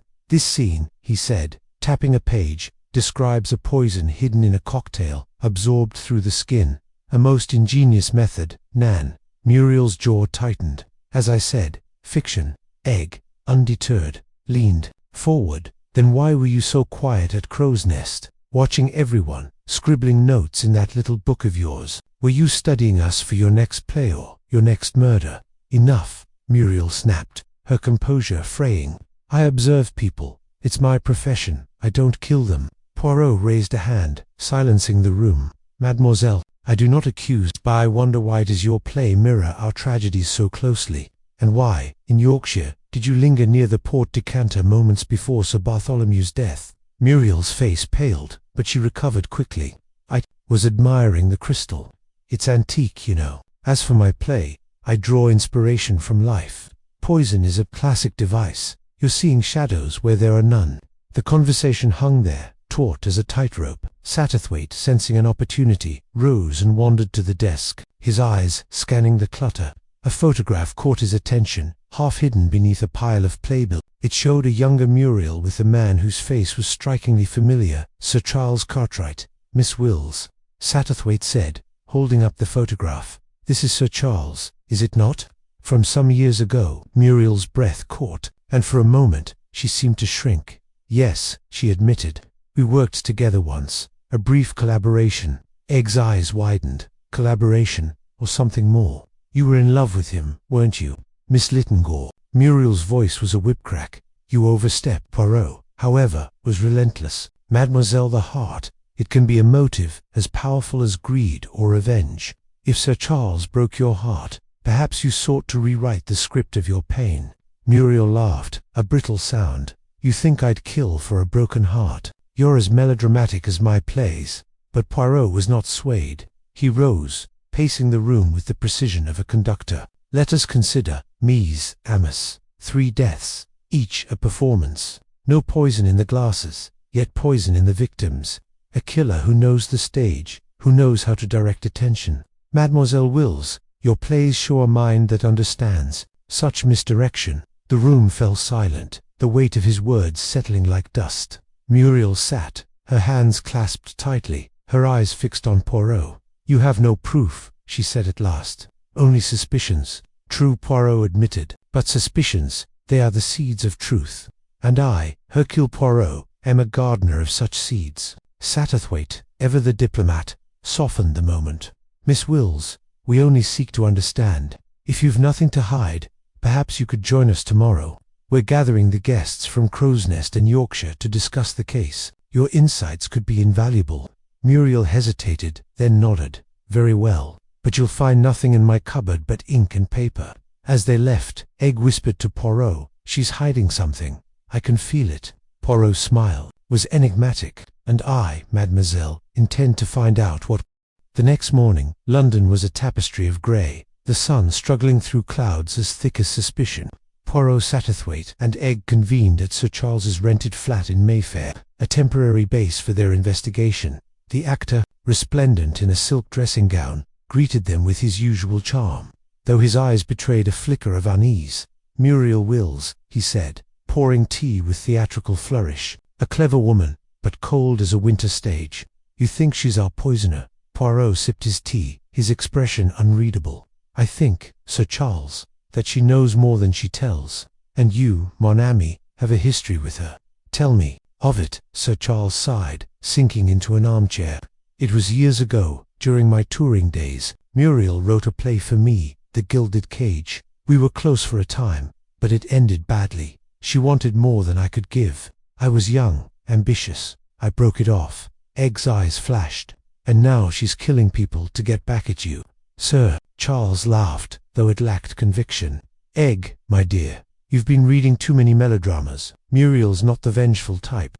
Satterthwaite, perched on the edge of a settee, frowned. Yet her play, The Poisoned Chalice, mirrors our murders. And that photograph, she kept it all these years. Poirot set down his cup. The heart, it does not forget so easily. But we must look beyond the heart, to the mind. Mademoiselle Wills is a strategist. Her plays are puzzles, each piece placed with care. We must find the piece that does not fit. Their conversation was interrupted by a knock at the door. A messenger delivered a parcel, addressed to Poirot, in a neat, unfamiliar hand. Inside was a single page, torn from a manuscript, with a handwritten note. You seek the truth, Monsieur Poirot.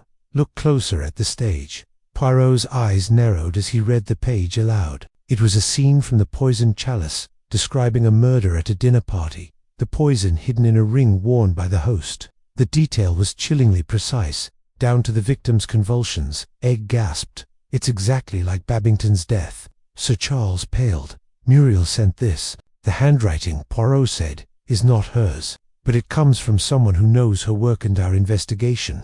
Satterthwaite's mind raced. A warning, or a taunt? Poirot folded the page carefully. Both, perhaps. The killer plays a game, mise amis, and we are the audience. That afternoon, Poirot led the trio to the Lyceum Theatre, where Muriel's latest play was in rehearsal. The stage was a chaos of props and actors, the air thick with the scent of sawdust and grease mint. Muriel stood in the wings, directing a scene with quiet authority. When she saw Poirot, her expression tightened, but she waved them over. You're persistent, Monsieur Poirot, she said, her tone dry. Come to critique my work. Poirot smiled. I come to understand it. Mademoiselle, your play, it is a mirror to our mystery. May we see it performed? Muriel hesitated, then nodded. Very well, stay out of the way. The rehearsal began, a tense drama of betrayal and murder. The actors moved with practiced grace, their lines sharp and evocative. In the pivotal scene, the host slipped a ring from his finger, dipping it into a glass before passing it to the victim. The gesture was subtle, almost invisibly, perfect sleight of hand. Egg gripped Poirot's arm. That's it. That's how it was done. Poirot's eyes never left the stage. We, mademoiselle. But who wore the ring in our tragedy? As the rehearsal ended, Poirot approached Muriel, his voice low. A brilliant device. The poisoned ring. Did you invent it, or did you see it somewhere, perhaps at Crow's Nest? Muriel's face was a mask. I told you, it's fiction. If you're looking for a killer, try someone with a real motive. Satterthwaite, watching from the sidelines, noticed a stagehand lingering nearby, his eyes fixed on Muriel. The man's face was familiar to familiar. Poirot, he whispered. That man. He was at Sir Bartholomew's dinner, a servant, I think. Poirot's gaze followed Satterthwaite's, and he nodded almost imperceptibly. We must speak with him, discreetly. They cornered the stagehand, a wiry man named Thomas, in the prop room. He was nervous, his hands fidgeting with a coil of rope. I don't know nothing, he insisted. I just work here. Poirot's voice was velvet over steel. You were in Yorkshire, monsieur, near the Port Decanter, and now you are here, near Mademoiselle Wills. What is your role in this play? Thomas's eyes darted to the door. I didn't do nothing. Miss Wills, she hired me after Yorkshire, said I was good with props. Egg stepped forward, her voice fierce. And good with poison, maybe.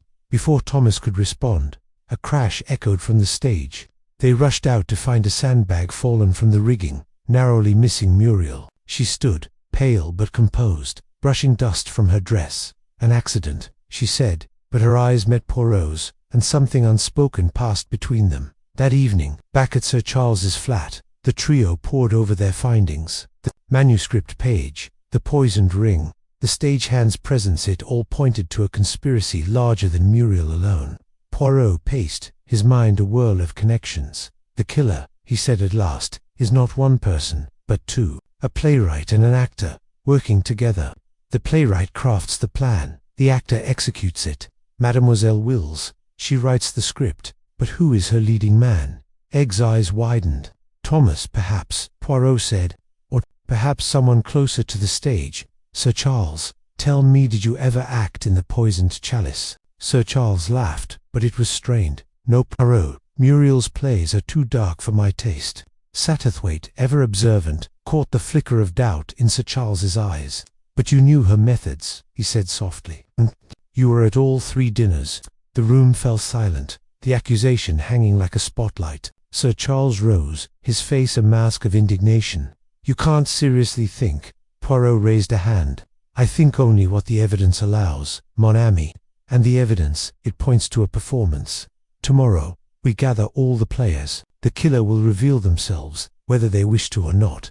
As they parted, Egg lingered, her voice low. Poirot, what if we're wrong about Muriel? What if she's a victim, not a villain? Poirot's smile was enigmatic. Then, mademoiselle, we must rewrite the script before the final act. Chapter 7. The Stage of Suspicion. The Cornish cliffs loomed like silent sentinels under a bruised September sky, their jagged edges slicing through the mist that clung to Crow's Nest, Sir Charles Cartwright's sprawling estate. Inside, the grand drawing-room buzzed with an electric tension, as if the very air had been laced with the anticipation of a third act, yet unwritten. Hercule Poirot stood by the tall windows, his small, immaculate figure framed against the churning sea beyond. His black patent leather shoes gleamed, his moustache was a perfect crescent, and his green eyes flickered with the quiet intensity of a man who saw not just the room but the intricate web of human motives within it. Monsieur Poirot said, turning to the slight, observant man perched on a velvet armchair. The stage is set, is it not? But the players, they do not yet know their lines. Mr. Satterthwaite, ever the connoisseur of human drama, adjusted his spectacles and smiled faintly.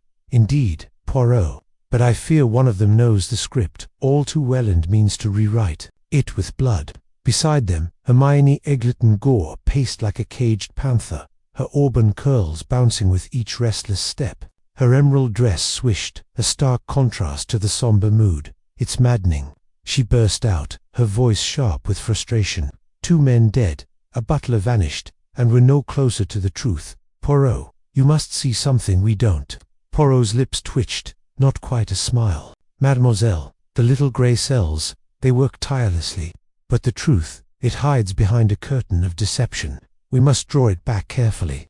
The investigation had reached a fever pitch. Reverend Babington's death at the first dinner party had been dismissed as natural until Sir Bartholomew Strange, a nerve specialist and fellow guest, died in Yorkshire under eerily similar circumstances, poisoned by nicotine, yet no poison found in the glass. The missing butler, Ellis, had cast a shadow of suspicion, but Poirot's instincts whispered that the truth lay not in absence, but in presence among the guests who moved like actors in a meticulously staged play. The trio had returned to Crow's Ness, where Sir Charles, the charismatic actor-turned-host, had reluctantly agreed to host another gathering. The guest list mirrored the first: the sharp-tongued playwright Muriel Wills, the glamorous but brittle Cynthia Dacres, her roguish husband Captain Freddie Dacres, the quiet Lady Mary Littengore, Egg's mother, and the brooding young Oliver Manders, whose motorcycle crash weeks ago had left him limping but defiant.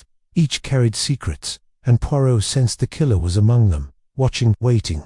The theatrical hypothesis the morning began with a bold shift in Poirot's strategy. Over breakfast in the sunlit conservatory, where ivy curled around wrought-iron tables, he announced his theory to Satterthwaite and Egg. The clink of porcelain cups punctuated the silence as he spoke. "Messieurs, mademoiselle, I propose that these murders are not mere crimes but performances," Poirot said, his voice low and deliberate. "The killer is a director, staging each death with theatrical precision. The cocktail glass, the port decanter, these are props, not the true method of delivery." Egg's eyes widened. "You mean the poison wasn't in the drinks at all?" "Precise," Poirot replied, tapping his temple. "The glass is a distraction, a sleight of hand. The poison, it arrives by another route, one we have not yet seen. And the stager, it is this very house, these gatherings, where the killer plays their role." Satterthwaite leaned forward, intrigued. "But why? Babington was a harmless vicar, and Strange a doctor. What connects them?" "That, mon ami, is what we must uncover," Poirot said. "Today, we search not for clues but for the script, the motive that binds these acts." Egg clapped her hands, her enthusiasm undimmed by the grim task. "Then let's interrogate them all, shake the tree, and see what falls out." Poirot raised a cautionary finger. "Nan, mademoiselle, we do not shake, we observe. The guilty, they will betray themselves in the smallest gesture, the slightest word." The prop-room discovery, their first move was to explore Crow's Nest itself, a labyrinth of oak-panelled corridors and hidden rooms that seemed to pulse with secrets. Egg, restless for action, suggested investigating Sir Charles's private theatre, a relic of his acting days tucked in the estate's west wing. The trio descended a spiral staircase, the air growing cooler and mustier with each step. The theatre was a marvel, its crimson velvet curtains framing a polished stage, rows of empty seats staring like silent spectators. Dust motes danced in the slanted light from high windows, and the faint scent of old wood and grease paint lingered. But it was the prop room, tucked behind the stage, that drew Egg's attention. "Look at this," she called, pushing open a creaking door. Inside, shelves groaned under the weight of theatrical treasures, feathered masks, tarnished swords, and wigs of every hue. A rack of costumes glittered with sequins and silk, from Elizabethan ruffs to modern tailcoats. Egg rifled through a trunk, pulling out a false beard that made her giggle. "Imagine Sir Charles in this." Poirot's eyes narrowed as he examined the room. "This, mademoiselle, is a treasure trove of deception. A killer who knows the art of disguise could move unseen among us." Satterthwaite, ever the observer, noticed a locked cabinet in the corner. "Odd," he murmured. "Why lock props when everything else is open?" Poirot produced a small tool from his pocket, a habit from his days untangling mysteries in Brussels, and deftly picked the lock.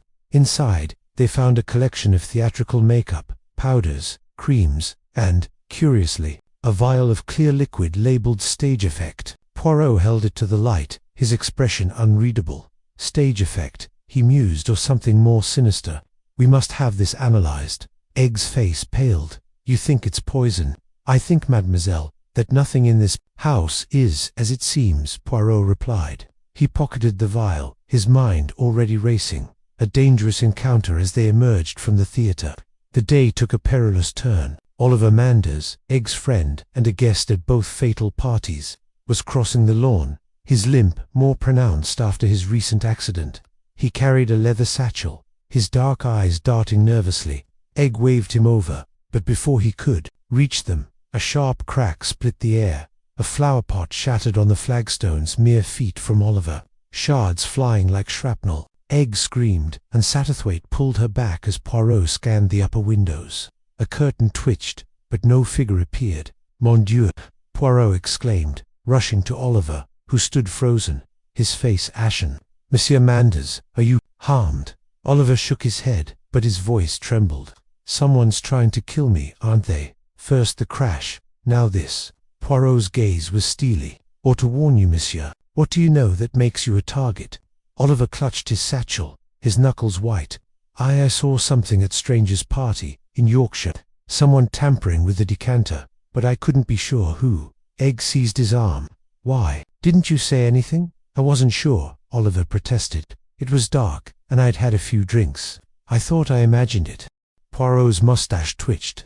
"Imagination, monsieur, is often the shadow of truth. You will tell me everything now." The interrogation of Muriel whilst the near-miss with Oliver shifted the investigation's urgency. Poirot decided to confront Muriel Wills, the enigmatic playwright whose sharp wit and evasive answers had piqued his suspicion. They found her in the library, scribbling in a notebook, her angular features softened by the glow of a Tiffany lamp. Her blonde hair was pinned tightly, and her eyes held a guarded amusement. "Miss Wills," Poirot began, settling into a leather chair, "you are a writer of plays. You understand the art of misdirection." Muriel's pen paused, but her smile was cool. "I write what I see, Monsieur Poirot. People are their own misdirection." Satterthwaite, standing by a bookcase, interjected, "You were at both parties. Did you notice anything unusual about the drinks?" Her fingers tightened around the pen. "Drinks, no. I'm not much for cocktails. Too much fuss for a sip of regret." Poirot leaned forward, his voice soft but piercing. "And yet, mademoiselle, I observed you at Monte Carlo. When I switched the glasses, you flinched. Why?" Muriel's smile faltered, a crack in her composure. "You're mistaken. I was merely surprised by your theatrics." Nan Poirot countered. "You were afraid that I had seen what you wished to hide."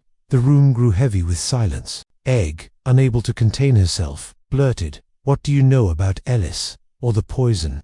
Muriel's eyes flicked to Egg, then back to Poirot. "Ellis, that butler, I barely noticed him. As for poison, I write about it, not use it." Poirot stood, his small frame commanding the room. "We shall see, mademoiselle. The truth, it does not hide forever." As they left, Satterthwaite whispered, "She's hiding something, Poirot. Did you see her hand shake?" "Oui," Poirot replied. "And the little grey cells, they begin to see the shape of the stage." A glimpse into the past that evening, as the guests gathered for dinner. Poirot and Satterthwaite retreated to the study to review their findings. Egg, still shaken by the flowerpot incident, joined them, her usual fire, tempered by worry for Oliver. Satterthwaite had unearthed a new clue, a faded newspaper clipping from Sir Charles's collection, tucked inside a biography of Sarah Bernhardt. The clipping, dated 20 years prior, described a scandal at a London theatre. A young actress, Clara Milburn, had died during a performance, poisoned by a prop that contained real cyanide instead of a harmless substitute. Sir Charles had been the leading man, and both Babington and Strange had ties to the production. Babington as a chaplain who counselled the cast, Strange as a doctor consulted after the tragedy. "This is it," Egg exclaimed, her eyes blazing. "The connection. But who else was there?" Poirot's fingers drummed the desk. "That, mademoiselle, is the question.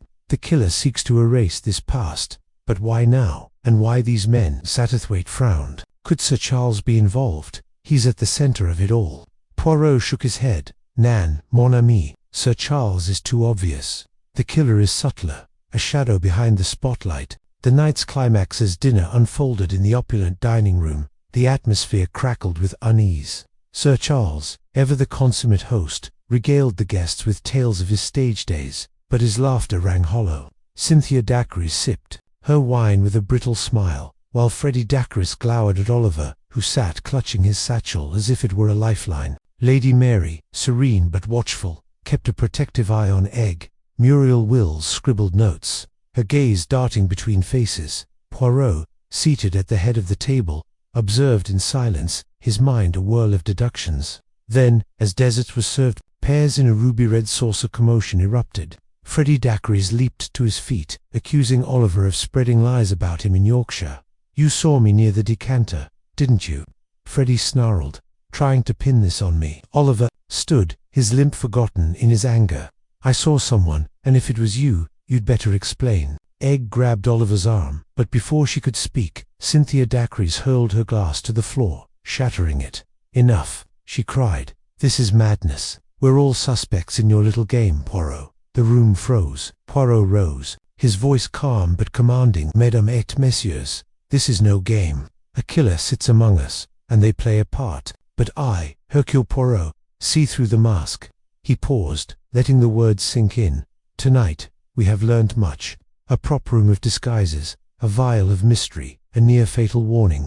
The stage is set for the final act, and the curtain will fall soon." As the guests dispersed, their faces pale with fear or guilt, Egg whispered to Poirot, "You know who it is, don't you?" Poirot's eyes gleamed. "Not yet, mademoiselle, but the little grey cells, they are close, very close." Chapter 8. The motive unravelled. The air in Sir Charles Cartwright's London drawing-room hung heavy with anticipation, as though the walls themselves held their breath. The room, a testament to the actor's flamboyant taste, was a stage in its own right. Crimson drapes framed tall windows, their velvet folds catching the late afternoon light. A grand chandelier glittered above, casting prismatic flecks across mahogany furniture, and a Persian rug, its intricate patterns a labyrinth of reds and golds, anchored the space. Hercule Poirot stood at the center, his diminutive figure commanding the room with an authority that belied his stature. His meticulously waxed mustache twitched slightly, a sign to Mr. Satterthwaite, seated on a plush settee, that the detective's little grey cells were in full motion. Around Poirot, the suspects sat in a semicircle, their faces a gallery of unease.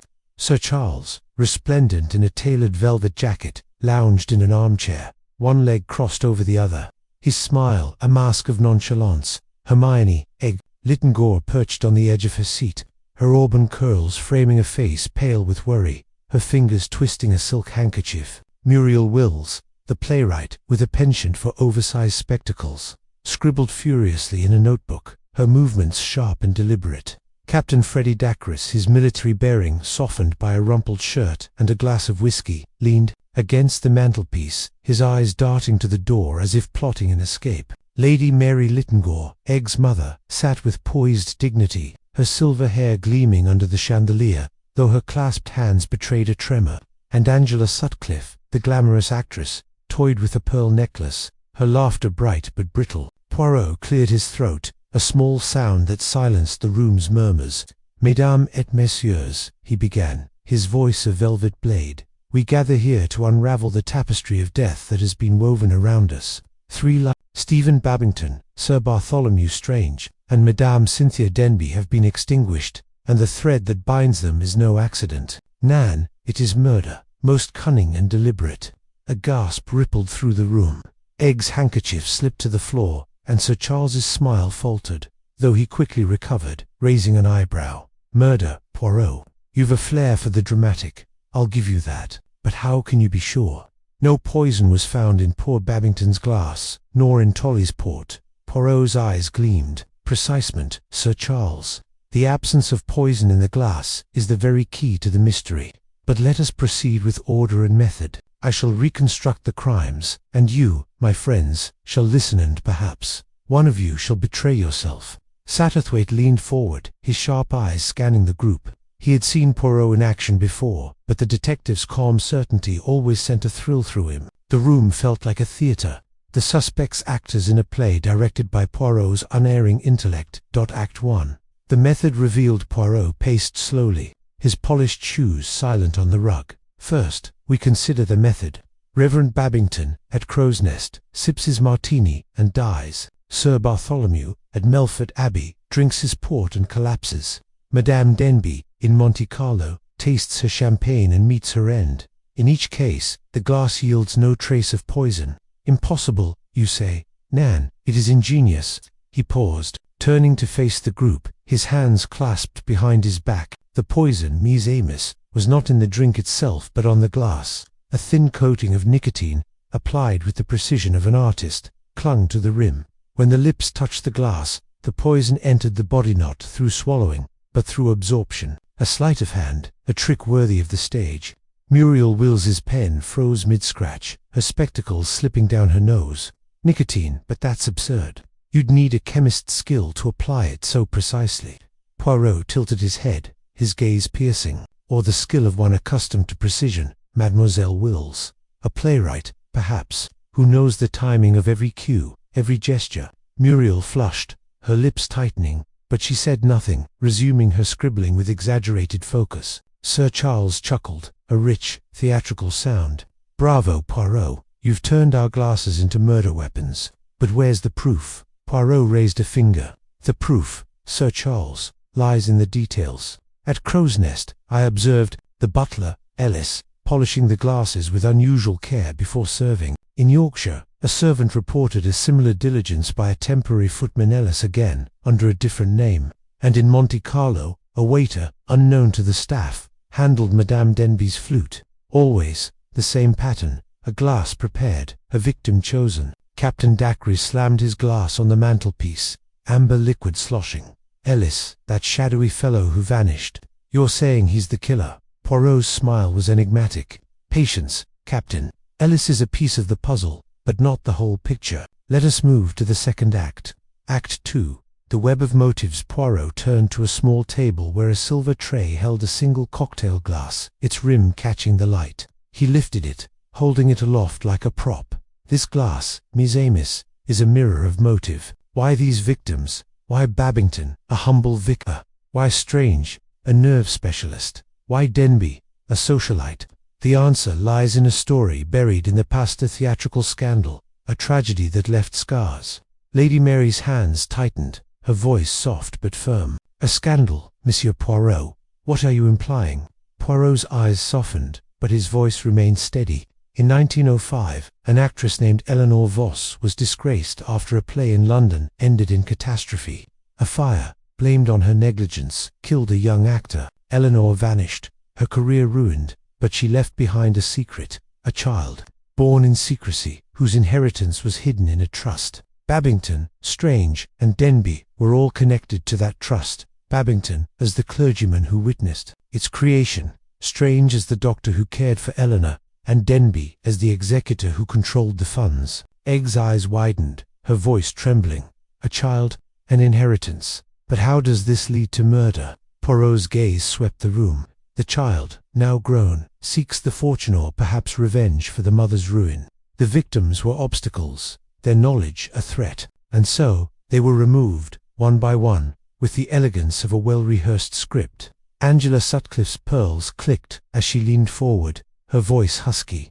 You're saying one of us is this child, or working for them? That's preposterous. Poirot's mustache twitched. Is it, Madame Sutcliffe? You too were in London in 1905, were you not? A young actress, perhaps acquainted with Eleanor Voss. Angela's laughter was sharp, like breaking glass. You're reaching, Poirot. I was barely out of drama school then. Besides, what motive would I have? Poirot nodded, as if conceding the point, but his eyes lingered on her, unyielding. Motive, Madame, is like a costume, it can be changed to suit the scene. Let us consider another possibility. Greed. Captain Dacre, your gambling debts are no secret. A fortune from a hidden trust would be most convenient. Nan Dacre's face reddened, his fist clenching. Now see here, Poirot. I'm no saint, but I'm no murderer.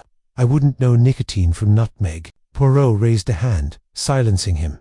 Calm yourself, Captain. I accuse no one yet, but the threads of motive weave through this room, and I shall follow them to their source. Act 3. The suspects danced. The room seemed to contract, the suspects shifting in their seats, each movement a telltale sign to Poirot's trained eye. He stepped toward Sir Charles, his voice dropping to a near whisper. Sir Charles, you loved Eleanor Voss, did you not? Your letters, found in her old dressing-room, speak of passion, of promises made. Did her ruin drive you to vengeance? Sir Charles's face hardened, but his voice was smooth, practiced. Eleanor was a dear friend, Poirot. nothing more. I mourned her downfall, but I have no part in this grim play of yours." Poirot nodded, turning to Muriel Wills. "And you, mademoiselle, your plays are filled with secrets, disguises, betrayals. Did you write this tragedy, perhaps, to claim what you believe is yours?" Muriel's pen snapped in her hand, ink staining her fingers. "You're absurd, Poirot. I write fiction, not murder." Poirot's smile was almost kind. "Fiction, mademoiselle, often mirrors truth. And you, Mr. Satterthwaite, my friend, your silence is loudest of all. You see much, yet say little. What do you hide?" Satterthwaite chuckled, his eyes twinkling. "Only my admiration for your theatrics, Poirot. I'm merely an observer, not a player." Poirot clapped his hands, the sound startlingly loud. "And yet, all of you are players in this drama. The killer is here, among us, and they will not escape the spotlight. I shall reveal the truth, but not tonight. Tomorrow, at Crow's Nest, we shall reenact the first act, the dinner party where it all began. There, the final curtain will fall." Egg stood, her voice breaking. "Monsieur Poirot, please, if Charles is involved, I must know. I can't bear this uncertainty." Poirot's expression softened, but his tone was firm. Uppercut, Mademoiselle Egg, trust in the method of Poirot. Tomorrow, all shall be clear." As the group dispersed, their faces etched with fear and defiance, Satterthwaite lingered, his voice low. "You're close, aren't you, Poirot? I saw it the way Muriel's hand shook, the way Charles's eyes flickered. You've got them." On edge, Poirot's eyes gleamed in the chandelier's light. "The edge, mon ami, is where the truth is found. Tomorrow, we shall push them over it." The room emptied, leaving only the echo of Poirot's words. The stage set for the final act. The unraveling continues the next morning. As the suspects prepared to travel to Crow's Nest, Poirot sat alone in his hotel room. A map of the case spread before him. He traced the connections: Eleanor Voss's scandal, the hidden trust, the nicotine-coated glasses. Each clue was a note in a symphony, and he, Hercule Poirot, was the conductor. But one question lingered: who was the child of Eleanor Voss? Was it Muriel, with her guarded demeanor? Sir Charles, with his hidden passion? Or another, still in the shadows? He folded the map, his mind alight with possibilities. The drawing room had been a crucible, the suspect's reactions a script he could read. Muriel's snapped pen, Dacris's bluster, Angela's brittle laugh, each was a line in the play. Tomorrow, at Crow's Nest, he would direct the Dane, and the killer would take their final bow. Satterthwaite, watching from the sidelines, marveled at Poirot's genius. "He sees the stage as I see the audience," he thought, "every gesture iPad Mini 4, every glance a clue." The motive was clear: in inheritance, a vendetta, but the killer's face remained in shadow. As the train to Cornwall awaited, the curtain hung poised, ready to fall. Chapter 9, the penultimate performance. The Cornish air hung heavy with anticipation, as if the cliffs themselves held their breath. Crow's Nest, Sir Charles Cartwright's grand estate, glowed under the amber light of a late summer evening, its windows reflecting the dying sun like a stage awaiting its final act. Hercule Poirot stood in the drawing-room, his small frame a still point amid the restless energy of the gathered guests. His moustache was immaculate, his dark eyes gleaming with the certainty of a man who had glimpsed the truth. Tonight, he would unmask the method behind the murders of Reverend Stephen Babington and Dr. Bartholomew Strange, a method as cunning as it was theatrical. The room buzzed with unease. Eglitton Gore, her chestnut curls pinned loosely, paced near the fireplace, her green eyes darting between Poirot and the other guests. Mr. Satterthwaite, ever the quiet observer, leaned against a bookcase, his fingers tracing the spine of a Shakespeare volume. Sir Charles, the charismatic actor, stood at the room's center, his silver hair catching the light as he gestured animatedly, masking his nerves with practiced charm. Captain Freddie Dacres and his wife Cynthia sat apart, his roguish grin strained, her elegance brittle as glass. Muriel Wills, the cryptic playwright, scribbled in a notebook, her owlish glasses reflecting the flickering candles. Oliver Manders, the brooding artist, slouched in a corner, his sketchbook clutched like a shield. Lady Mary Littengore, Egg's mother, watched silently, her serene demeanor a stark contrast to the room's tension. Poirot cleared his throat, a soft sound that silenced the murmurs. "Mies Amos," he began, his voice steady. "Tonight, we approach the climax of this tragedy. Two men, Reverend Babington and Dr. Strange, have fallen, their lives extinguished by a poison most ingenious, nicotine. Yet the method, it has eluded us. No trace in the glass, no mark on the body. But Hercule Poirot, he does not accept the impossible. Tonight, we reenact the crime, and the truth, it will take its bow. Egg's eyes widened. A reenactment. Monsieur Poirot, you mean to stage the murders again? Precisement, mademoiselle, Poirot replied, his gaze sweeping the room. The killer is among us, and they rely on our blindness. But the little grey cells, they see what the eyes do not. Sir Charles clapped his hands, his actor's instincts stirred. Brilliant, Poirot. A performance to catch a murderer. I'll direct the scene myself. Poirot raised a hand. Nan, Monsieur Cartwright, you will play your part, as will all of you. The stage is set, and each gesture, each glance, will reveal the truth. The guests exchanged uneasy looks. Freddie Dacres leaned forward, his voice sharp. You're saying one of us slipped poison into their drinks, in front of everyone. That's madness. Cynthia's laugh was icy. Madness or genius? Freddie, someone here has a flair for the dramatic. Muriel Wills paused her scribbling, her voice soft but pointed. It's always the quiet moments that hide the loudest secrets, isn't it? Poirot's smile was enigmatic. Oui, mademoiselle.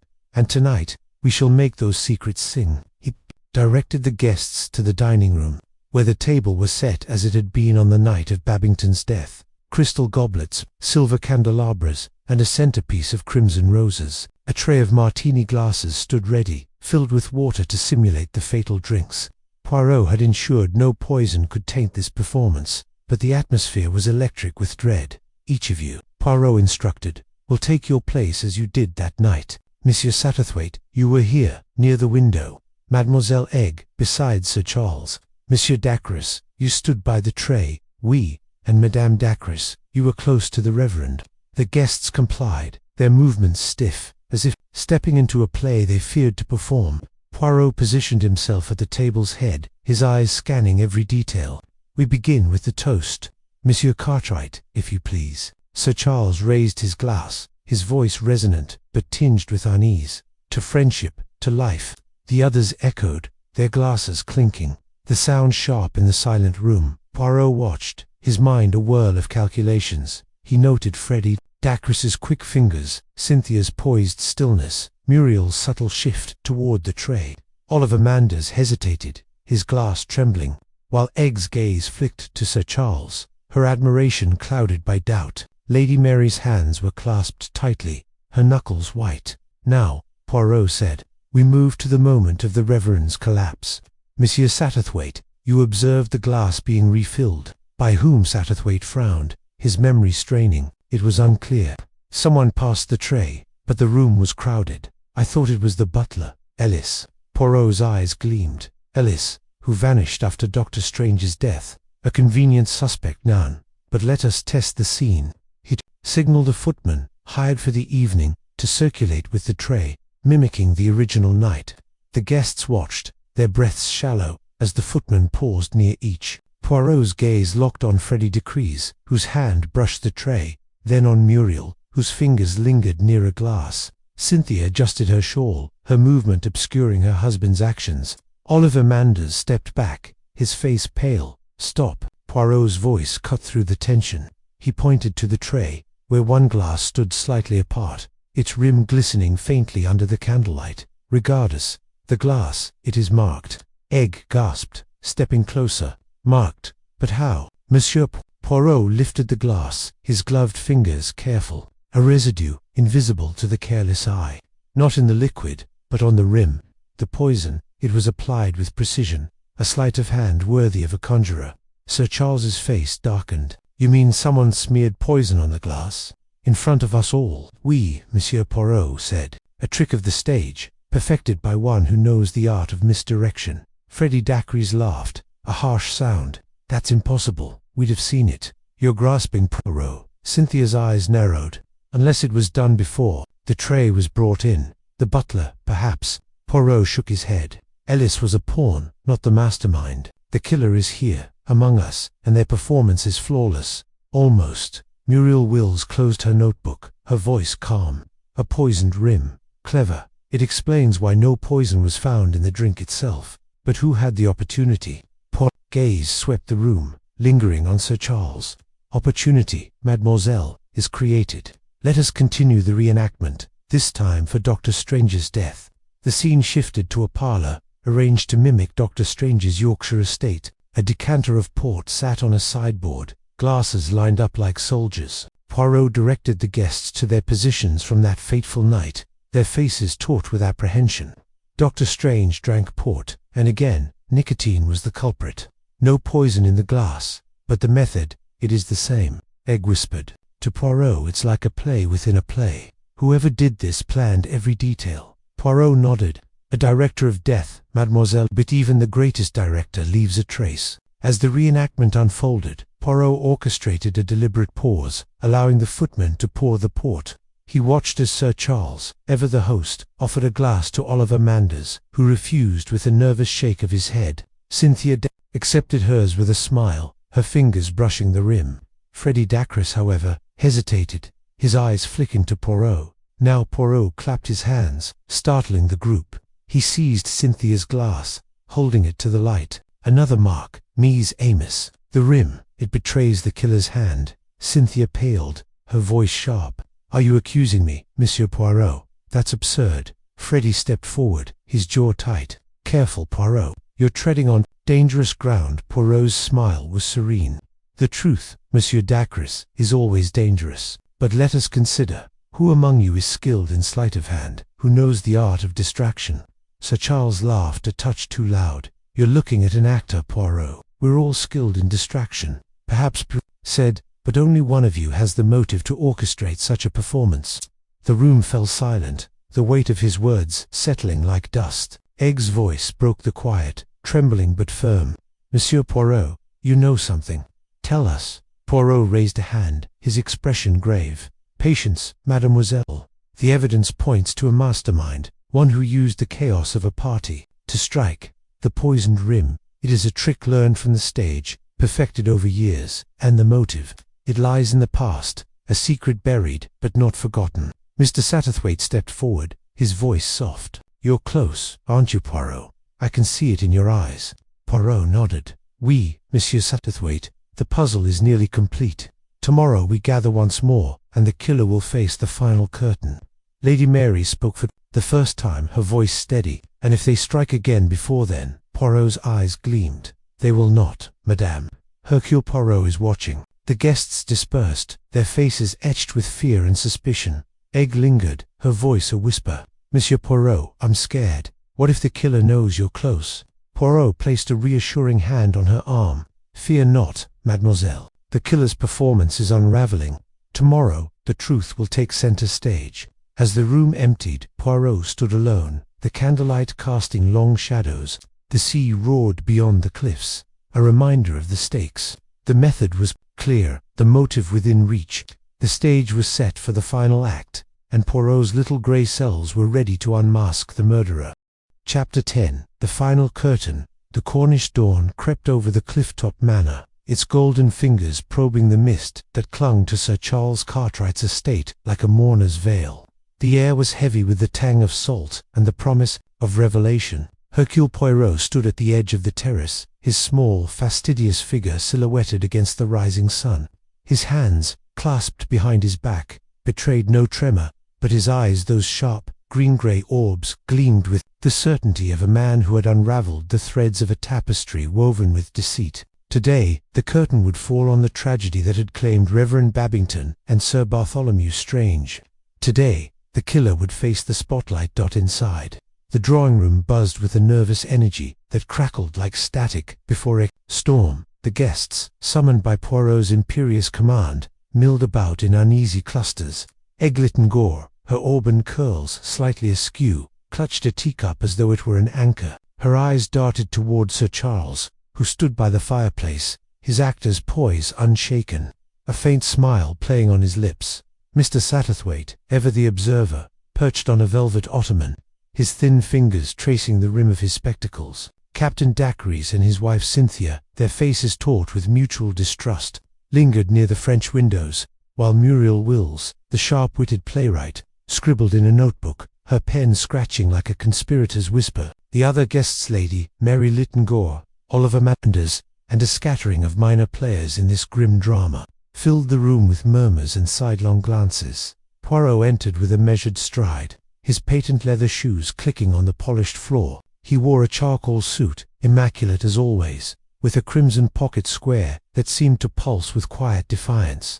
He paused at the center of the room, where a grand chandelier cast prismatic light across his features, and raised a hand for silence. The murmurs died instantly, as though the room itself held its breath. "Ms. Amos," Poirot began, his voice low yet resonant, "we have gathered here, in this theatre of human folly, to unmask a murderer. 2 men, Reverend Stephen Babington and Sir Bartholomew Strange, have fallen, their lives snuffed out like candles in a gust. Their deaths were no accident, no mere twist of fate. They were acts in a play of vengeance, of cunning, of a mind that believed it could outwit even Hercule Poirot." He paused, his mustache twitching slightly, as if savoring the weight of his words. "But no one outwits the truth." Egg's teacup rattled in its saucer. "Monsieur Poirot," she said, her voice trembling but defiant, "you've kept us in suspense long enough. Who did it? Who killed them?" Poirot's eyes softened briefly as they met hers, but his tone remained firm. "Patience, Mademoiselle Egg. The truth, like a fine wine, must be savored slowly, lest it lose its potency. Let us begin with the facts." He paced slowly, his hands gesturing with the precision of a conductor. "The first act, Reverend Babington, a man of gentle disposition, collapses at Sir Charles's dinner party, his martini glass innocent of poison, or so it seemed. The second act, Sir Bartholomew Strange, a nerve specialist of repute, dies at his Yorkshire estate, his port laced with nicotine. The guest lists of both evenings overlap, a coincidence too precise to be chance. And then, the butler Ellis, who vanishes, leaving only a smudged fingerprint. A puzzle, Nan. But to Poirot, it is a mosaic, each piece fitting perfectly when viewed with the eyes of logic." Sir Charles leaned against the mantel, his smile broadening. "A splendid performance, Poirot," he said, his voice rich with the cadence of the stage. "But surely you don't suspect one of us? We're all friends here, aren't we?" Poirot's gaze fixed on him unblinking. "Friends, Sir Charles, or actors in a tragedy of your own design? Let us examine the stage." He produced a small notebook, its pages crisp with his meticulous handwriting. The nicotine that killed Sir Bartholomew was no ordinary poison. It was administered with a precision that required knowledge of chemistry, of timing, and, above all, of misdirection. The glass showed no trace, yet the poison was there. How, you ask? A sleight of hand, a trick worthy of a conjurer, or, perhaps, an actor? A gasp rippled through the room. Cynthia Dacres clutched her husband's arm, her scarlet nails digging into his sleeve. "That's absurd," she cried. "No one could do that without being seen." "Precisement," Madame Poirot said, his voice cutting through her protest. "No one was shone because the act was performed by a master of illusion. Let us turn to the third act, where the killer grew bold, attempting to strike again at Sir Charles's latest gathering. A spiked drink, a shattered glass, and yet no victim. Why? Because Poirot was watching." Mr. Satterthwaite leaned forward, his eyes bright with fascination. "You mean to say the killer was among us that night, trying again?" Poirot nodded. "Oui, monsieur. The killer believed their performance flawless, but they underestimated the audience. They did not account for Hercule Poirot." He turned to the fireplace, where a silver tray held a decanter and glasses. "Let us consider the method. The nicotine, a deadly alkaloid, was not in the glass when tested, yet it killed. How? A simple trick. The poison was applied to the rim of the glass, a film so thin it evaded detection. The victim drinks, the poison enters, and the glass, when tested, appears clean. A magician's flourish, executed by one who knows the art of deception." Muriel Wills closed her notebook with a snap. "Clever," she said, her voice dry.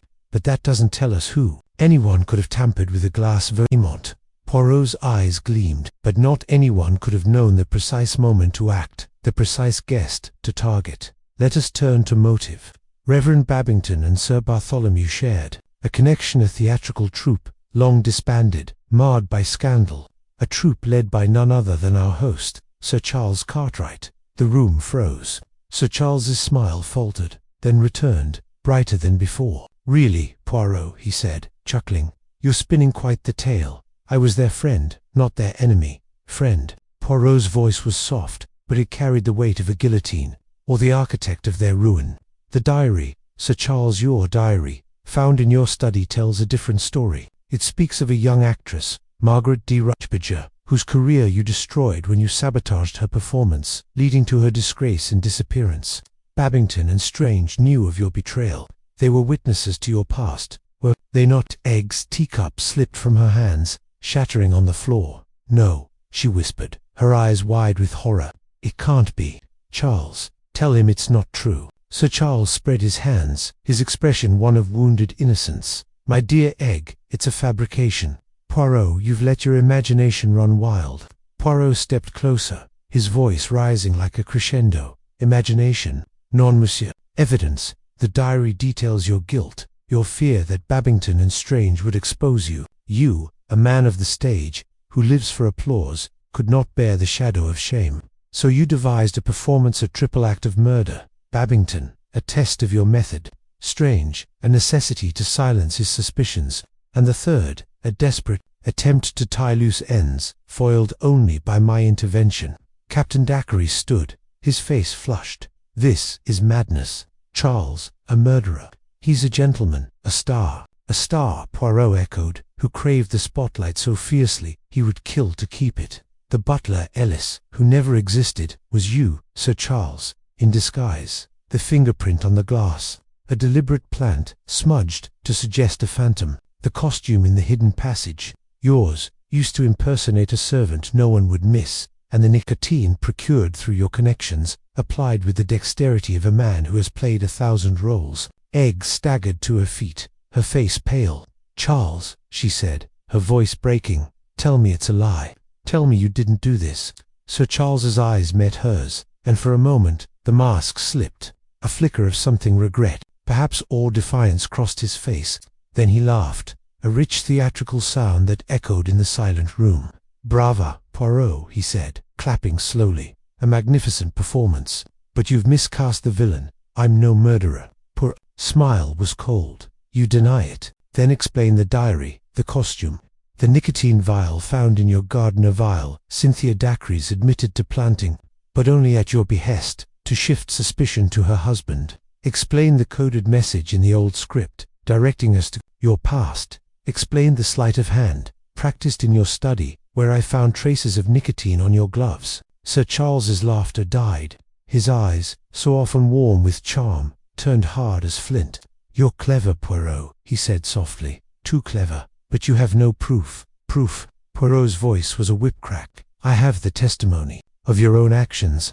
Last night, when I planted the false tale of a witness, you crept to the guest wing, intending to silence a threat that did not exist. I saw you, Sir Charles, with my own eyes, as did Mr. Satterthwaite. The curtain has fallen on your charade. The room erupted. Egg sobbed, burying her face in her mother's shoulder. Captain Dacre swore, while Cynthia clutched her pearls, her face a mask of shock. Muriel Wills scribbled furiously, as if capturing the scene for a play. Satterthwaite, his voice quiet but firm, said, It's true, Charles, I saw you. Sir Charles stood motionless, the firelight casting long shadows across his face. Then, with a suddenness that startled even Poirot, he bolted for the French windows. No, he shouted, his voice raw. I won't be caged. But Poirot had anticipated this. 2 constables, summoned earlier, stepped from the terrace, their hands firm on Sir Charles's arms. He struggled briefly, then sagged, his shoulders slumping as the fight drained from him. Egg stepped forward, her eyes blazing through tears. Why, Charles, she demanded. Why did you do it? I loved you. Sir Charles looked at her, and, for the first time, his face held no artifice. I wanted to be perfect, Egg, he said, his voice barely a whisper. The perfect actor, the perfect man. But perfection requires sacrifice. They would have ruined me, Babington with his pious judgment, Strange with his probing questions. I had to protect my legacy. Your legacy, Poirot said, his tone laced with disdain. You have built a legacy of death, monsieur, and for what? Applause that fades, a spotlight that dims. You have betrayed those who trusted you, and now you face the consequence. The constables led Sir Charles away, his head bowed, his presence reduced to a shadow. The room fell silent, save for eggs, quiet sobs, and the distant crash of waves against the cliffs. Poirot turned to the guests, his expression somber. "Mes amis," he said, "the tragedy is ended. The stage is empty, the players dismissed. But let us not forget the cost of ambition unchecked, of a heart that seeks glory at the expense of humanity. Hercule Poirot bids you adieu." He bowed slightly, then walked toward the terrace, his figure small yet unyielding against the vastness of the sea. The guests watched him go, their faces a mosaic of grief, relief, and awe. The Cornish night closed around him, the stars above bearing witness to the fall of a star below. The performance was over.